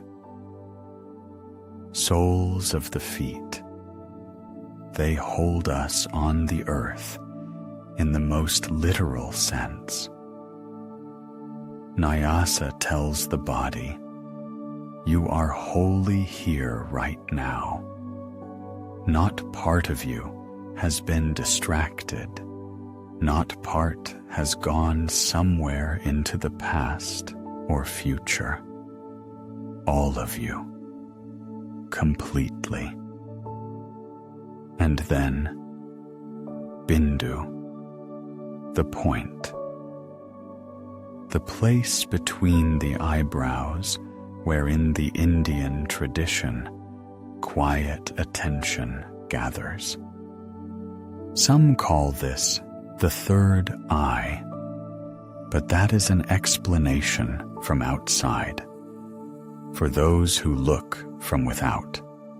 From within, the Bindu feels different, like a gentle concentration, like a quiet point at the center of an immense space, like the place where the mind finally stops its wandering. Higher, another Bindu, above the crown, there where consciousness seems to leave the boundary of the skull and dissolve into what is greater than the skull, greater than the room, greater than this night. 2 points, like 2 banks of one river. Between them, you. Then comes the time of the bija, the seed sound. In Tantra, there is an entire world of such seeds, short, indivisible sounds that carry a quality rather than a meaning. They cannot be translated. They cannot be explained in words, only felt.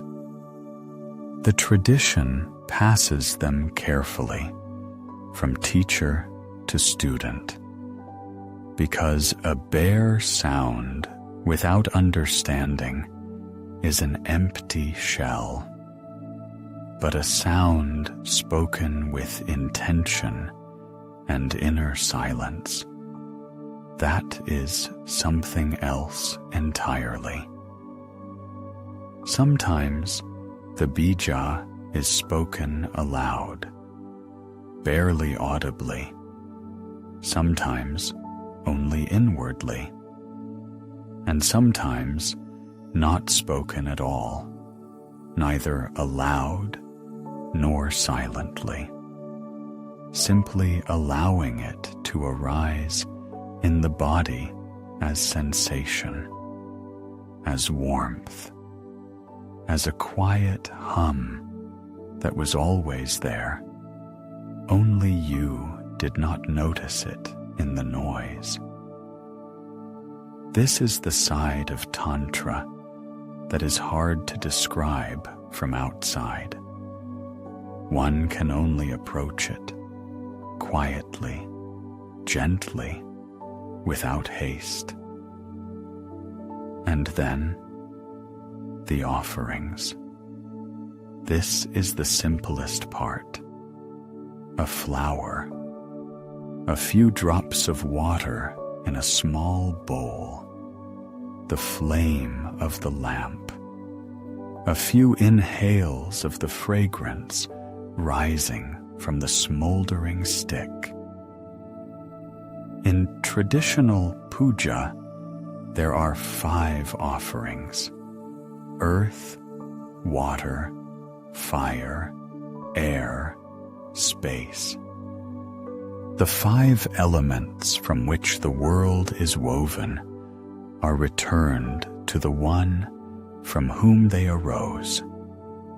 This is the meaning of offering in Tantra, not to give the deity what it needs. It needs nothing, but to acknowledge everything I have came not from me. The flower grew from the earth, not from my will. Water flows on its own path. Fire burns by its own laws. I have only gathered them together and placed them here, in this corner, in this silence. The outer mirrors the inner. This is one of the quietest principles of Tantra. The altar is not a place where the goddess goes. It is the place where you remember that she never went anywhere. And there is still one concept in Tantra that is beautiful and precise. Antar Yaga, the inner sacrifice. Yaga is a ritual fire, a burnt offering, vast ceremonies with mantras and priests. But Antar Yaga is something else. What is offered into this fire is not wood. Into this fire goes worry, a grievance that lodged somewhere and will not leave, a dense, heavy thought that has been circling for several days. This fire cannot be seen from outside. It burns somewhere within, in that very space of the heart to which Nyasa turned attention. And it does not destroy. It transforms. The worry burns, and what remains is simply attention. The grievance burns, and what remains is simply warmth. the thought burns, and what remains is silence. This is precisely why tantric puja requires nothing special. One can sit, one can stand, one can lie, and Tantra permits this. The minimum of everything: intention, breath, silence. 3 things that everyone already has, right now, right here. The scent of sandalwood barely touches the air. A thin thread of smoke from the stick drifts upward and dissolves there, where the darkness has no boundaries anymore. The flame of the lamp does not waver. The air in the room is perfectly still.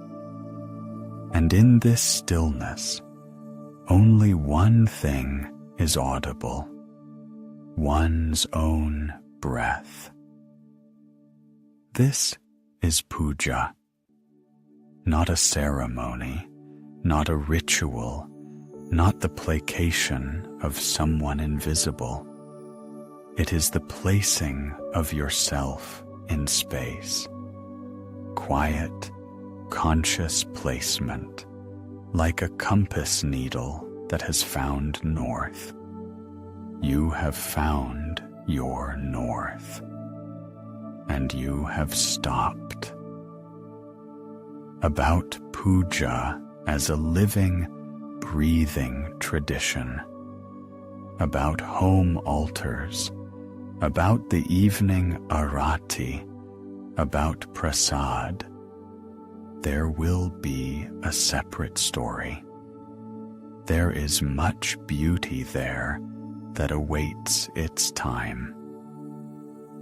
For now, there is something that has long been waiting in the shadows, something people speak of in a low voice. The part of Tantra known as the left-hand path. And about that, now, night settled over the river, quietly, almost without sound.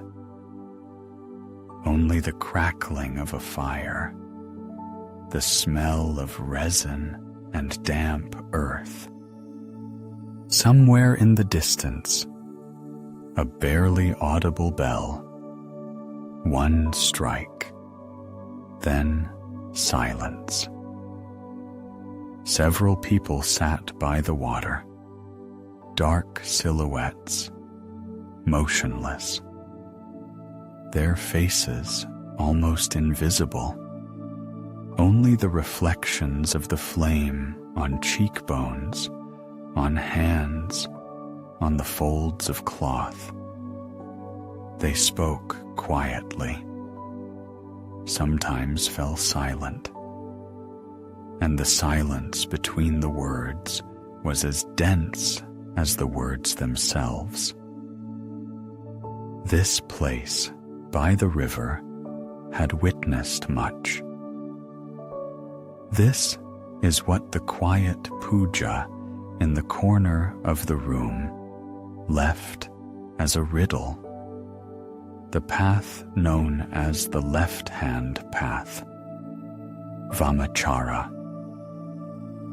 The word Vamachara itself carries 2 meanings.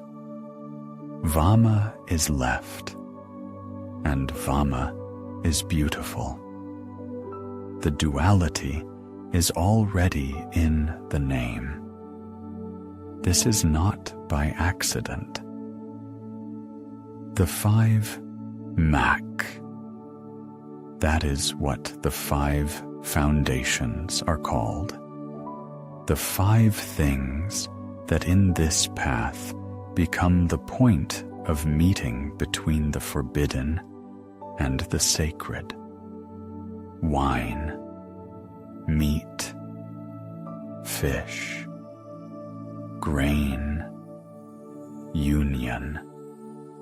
5 things a strict Brahmin must not touch. 5 things an ascetic sets aside as impurity. And the tradition says, at a certain degree of readiness, they can become gateways. Not for everyone, not now, not here, but first to stop and read carefully. Because the West read this list and decided it had understood everything. Some were horrified. Some were delighted. Both reactions were about the same thing, a literal reading of what was written for something different. Wine is not simply a drink. In the tantric language, it is the nectar that flows at the crown when consciousness opens. It is an intoxication of another kind, the kind that Lalla Dead described without a single word about a cup. Meat is not the flesh of an animal. It is the rejection of the lie about oneself, the rejection of that beautiful picture we show the world, while something else lives within. Fish is the 2 currents of breath that move within us, left and right. The wave of the inhale, the wave of the exhale, they converge, and at the place of meeting, something third arises. Silence. Grain is concentration, the seed of attention planted in the soil of the mind. From it grows the capacity to remain with one thing without fleeing.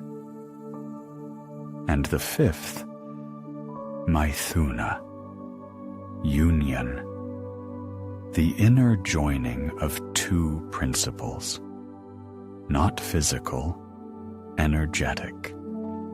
Shiva and Shakti meet within one breath.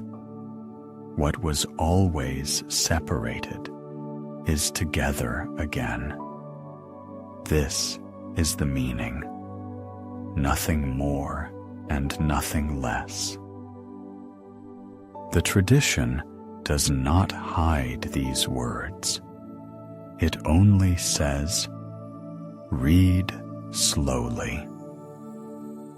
The great majority of tantrikas followed and still follow the right-hand path, dakshinachara, ordinary ritual, ordinary life. Meditation, puja, mantra, attention to the breath, no violation of the usual order, no crossing of boundaries. This is the main path, wide for the majority. The left hand is rare.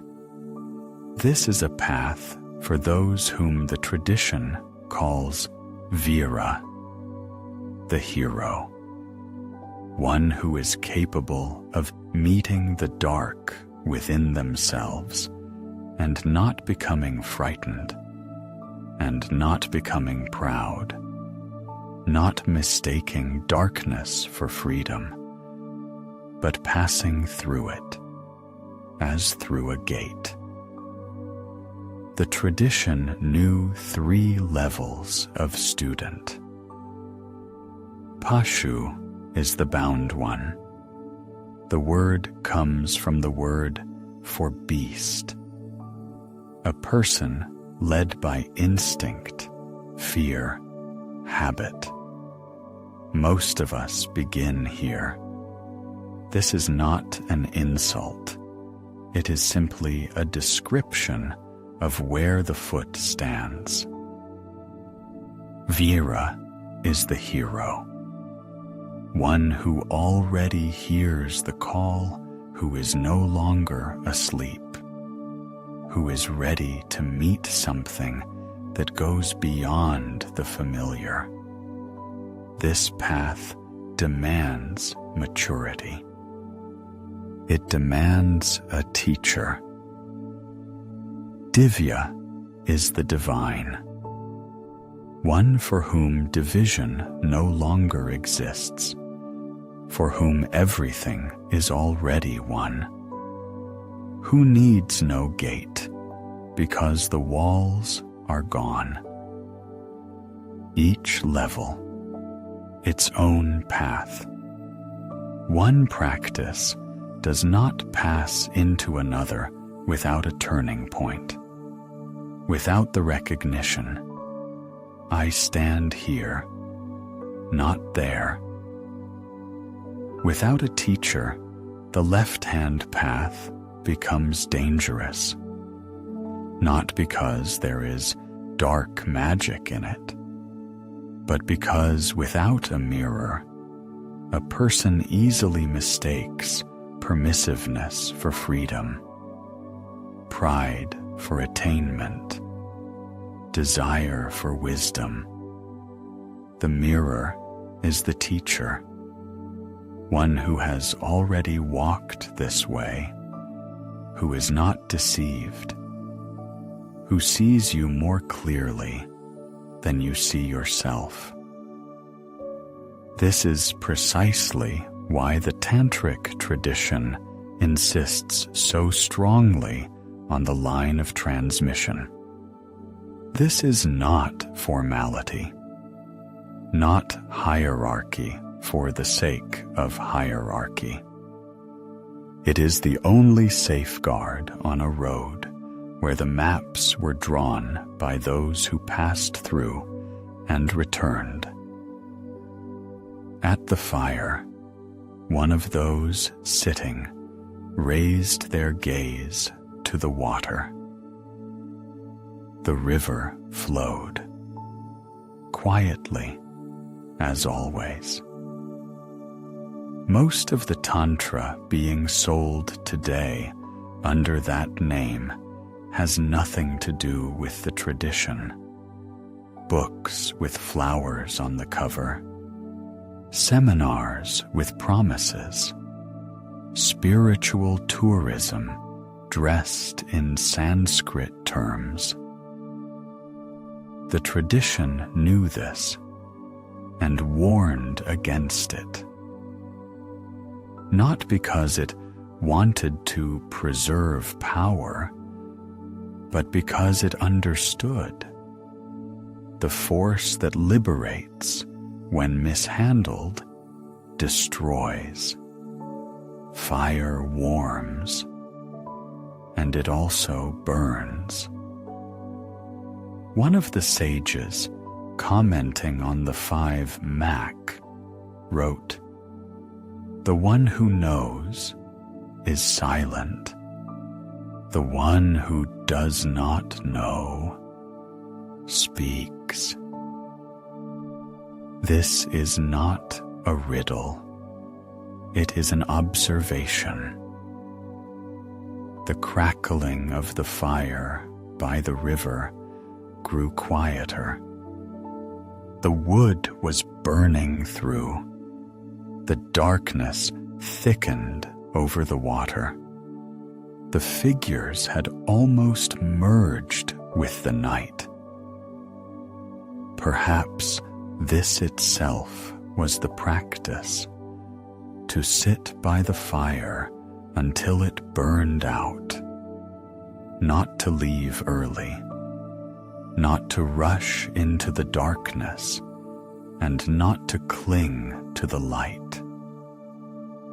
Simply to be, while the boundary between oneself and the night became a little less sharp. And in that blurring, something was recognized, quietly, without words. The bell across the river struck once more, one sound in the darkness, and again, silence. There is one day each year when all this silence becomes visible, when the night itself becomes a ritual, and those who sit at such fires know it by name. Once a year, such a night comes. Not as a holiday one waits for with anticipation, not as an event announced in advance. It comes quietly, in the dark half of the month of Magha, when the moon has almost disappeared from the sky, when the sky over Varanasi grows so deep that it seems you are looking not upward, but inward. This is Mahashivaratri, the great night of Shiva. On the bank of the Ganga, thousands of oil lamps are lit. Small, clay, with a wick dipped in oil. They are set on the water, and the river becomes a starry sky, only beneath the feet. The flames rock on the waves. They drift. They disappear into the darkness, and from somewhere in the distance, barely audible singing, almost indistinguishable from the sound of the water. The devoted stand before the lingam. They pour milk slowly in a thin stream, then water, then honey dissolved in water, then water again.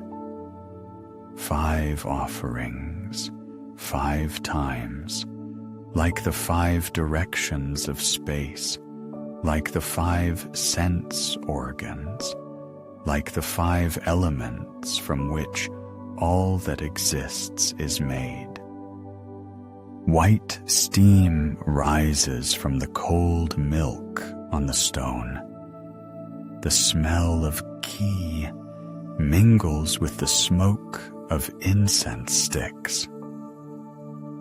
No one asks for anything specific.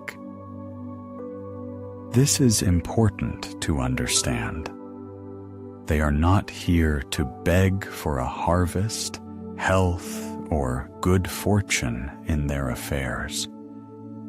They are here simply because he is near. Because one night, long ago, Shiva appeared as a pillar of light, without beginning and without end. And since then, every year, on this dark, moonless night, people come simply to be near. We already know this night. Once it sounded like a drum. The Damaru, that particular rhythm in which time dissolves.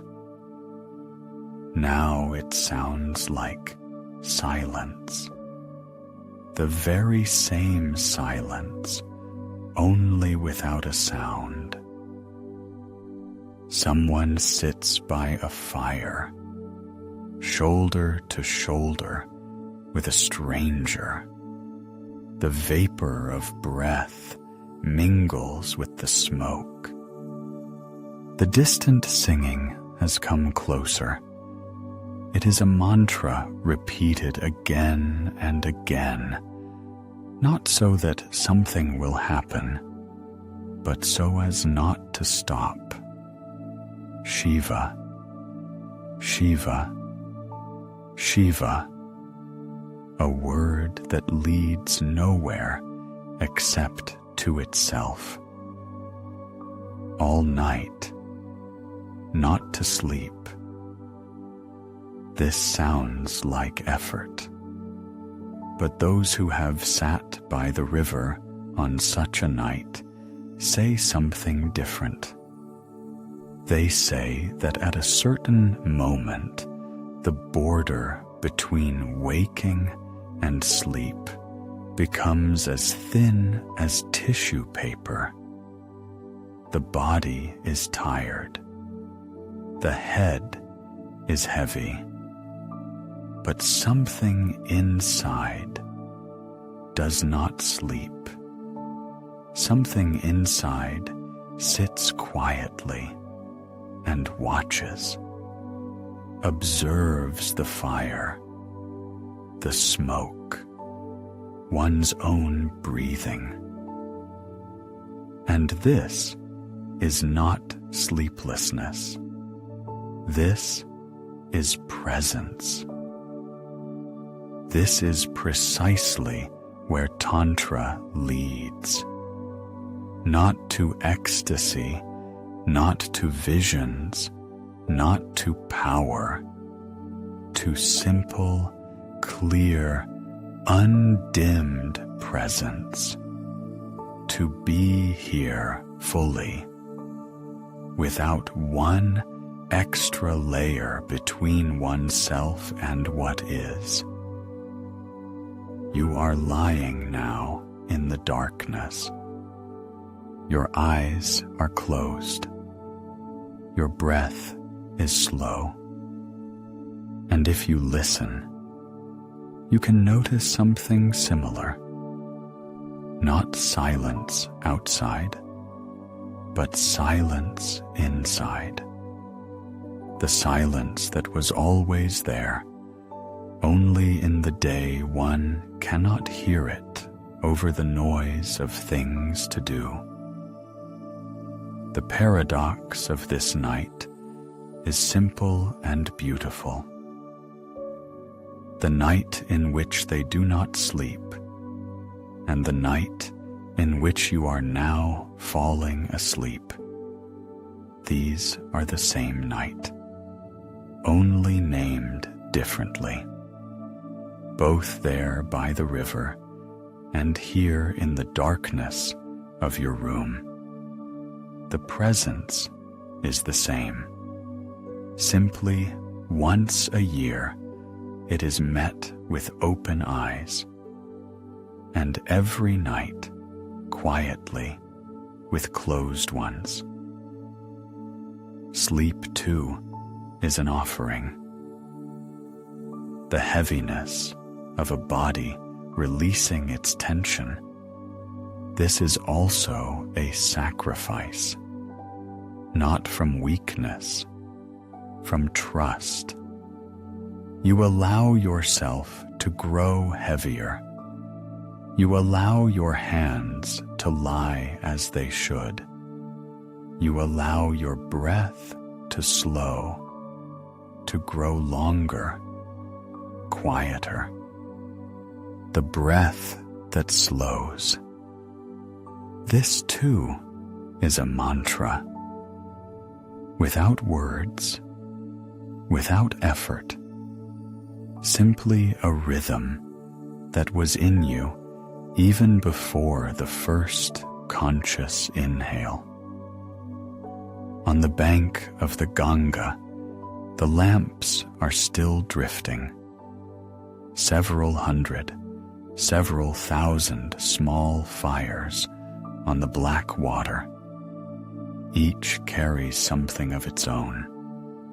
Each burns in the same way. And together, they turn the river into something greater than a river, into a mirror of the night that has itself become light.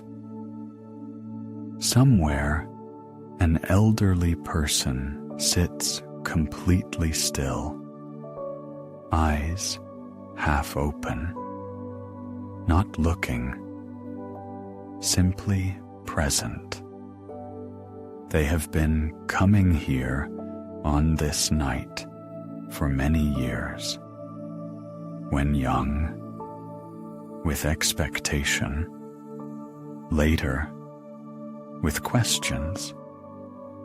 Now, simply because, without expectations, without questions, simply because the night calls and they come, and this itself means something.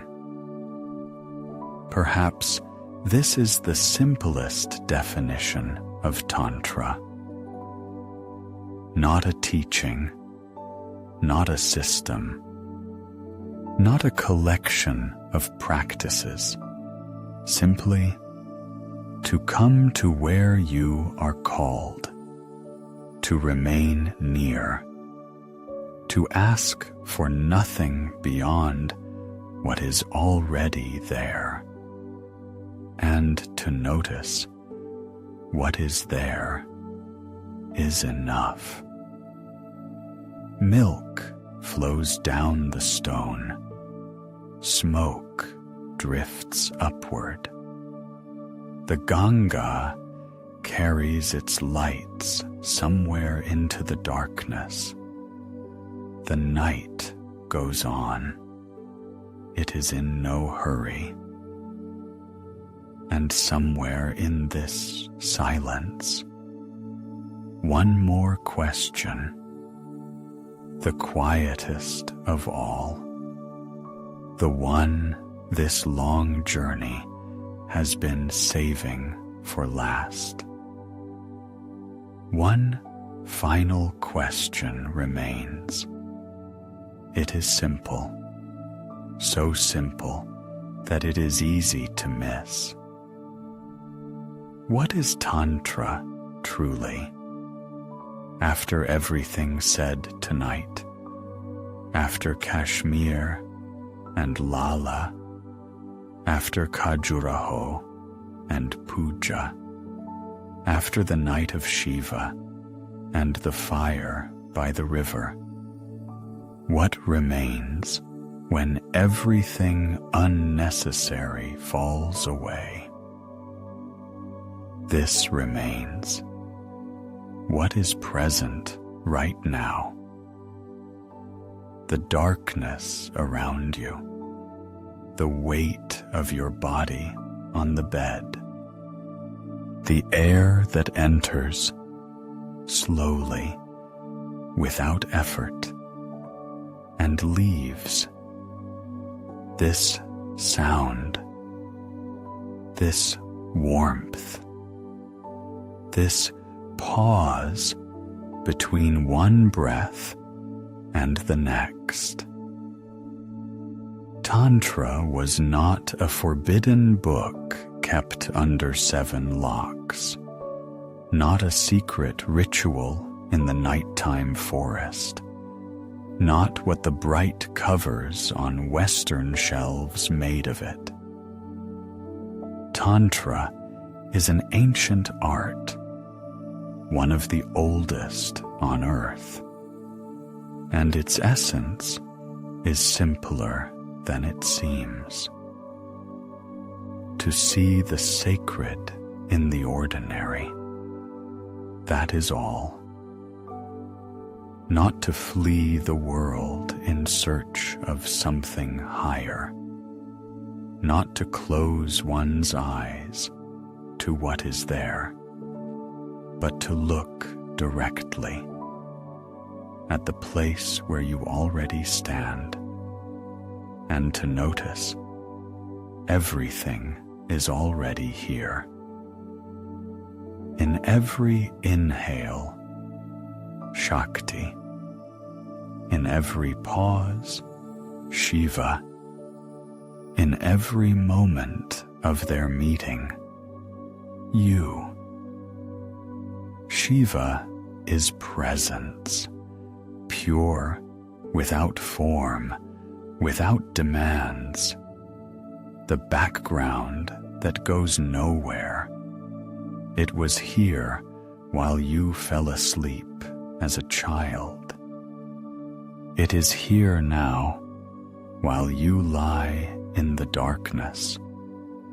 It will be here when in the morning the light touches the ceiling. Shiva does not move. He simply is. The witness, the silence in which everything takes place. Shakti is movement. Every beat of the heart, she.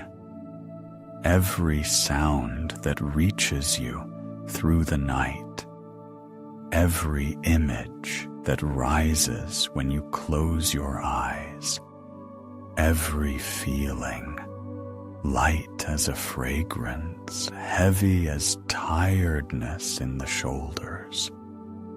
She does not stop. She is life, the very life you are experiencing. Between them, your breath, a small bridge on which they come to each other again and again every moment. You are not separate from them. You are the place where they meet. Consider this. Right now, as you lie and the darkness around you grows deeper, what is happening? Shakti begins to quietly withdraw. She releases the tension in your arms. She allows thoughts to grow slower, more diffuse, like a reflection in water that has been touched by wind. She releases the heaviness and leaves it here, in the bed, in the pillow, in the warmth of the blanket. The heaviness in your body right now, that is her withdrawal. That is Shakti leaving to rest, gently, without words, as the tide withdraws from the shore, not forever, simply until morning. And then Shiva comes into the darkness that has no demands, into the silence that has no questions. He receives you exactly as you are, tired, scattered, having left something unfinished from the day, without judgment, without expectations, simply receives as the shore receives water. Sleep in Tantra is not a loss, not a fall into emptiness.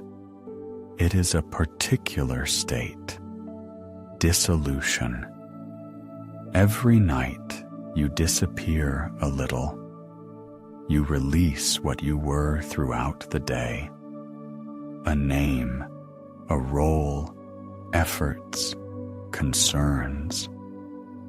All of this is set aside like clothing before sleep, and what remains is something deeper, what needs no defending and no explaining. In the morning, Shakti will return. She will gather you again, set you in motion, open your eyes, fill your lungs, call you into the day. Every morning is a new creation, literally. Shakti weaves you anew from the silence as a weaver makes dawn from the night. Every night, dissolution.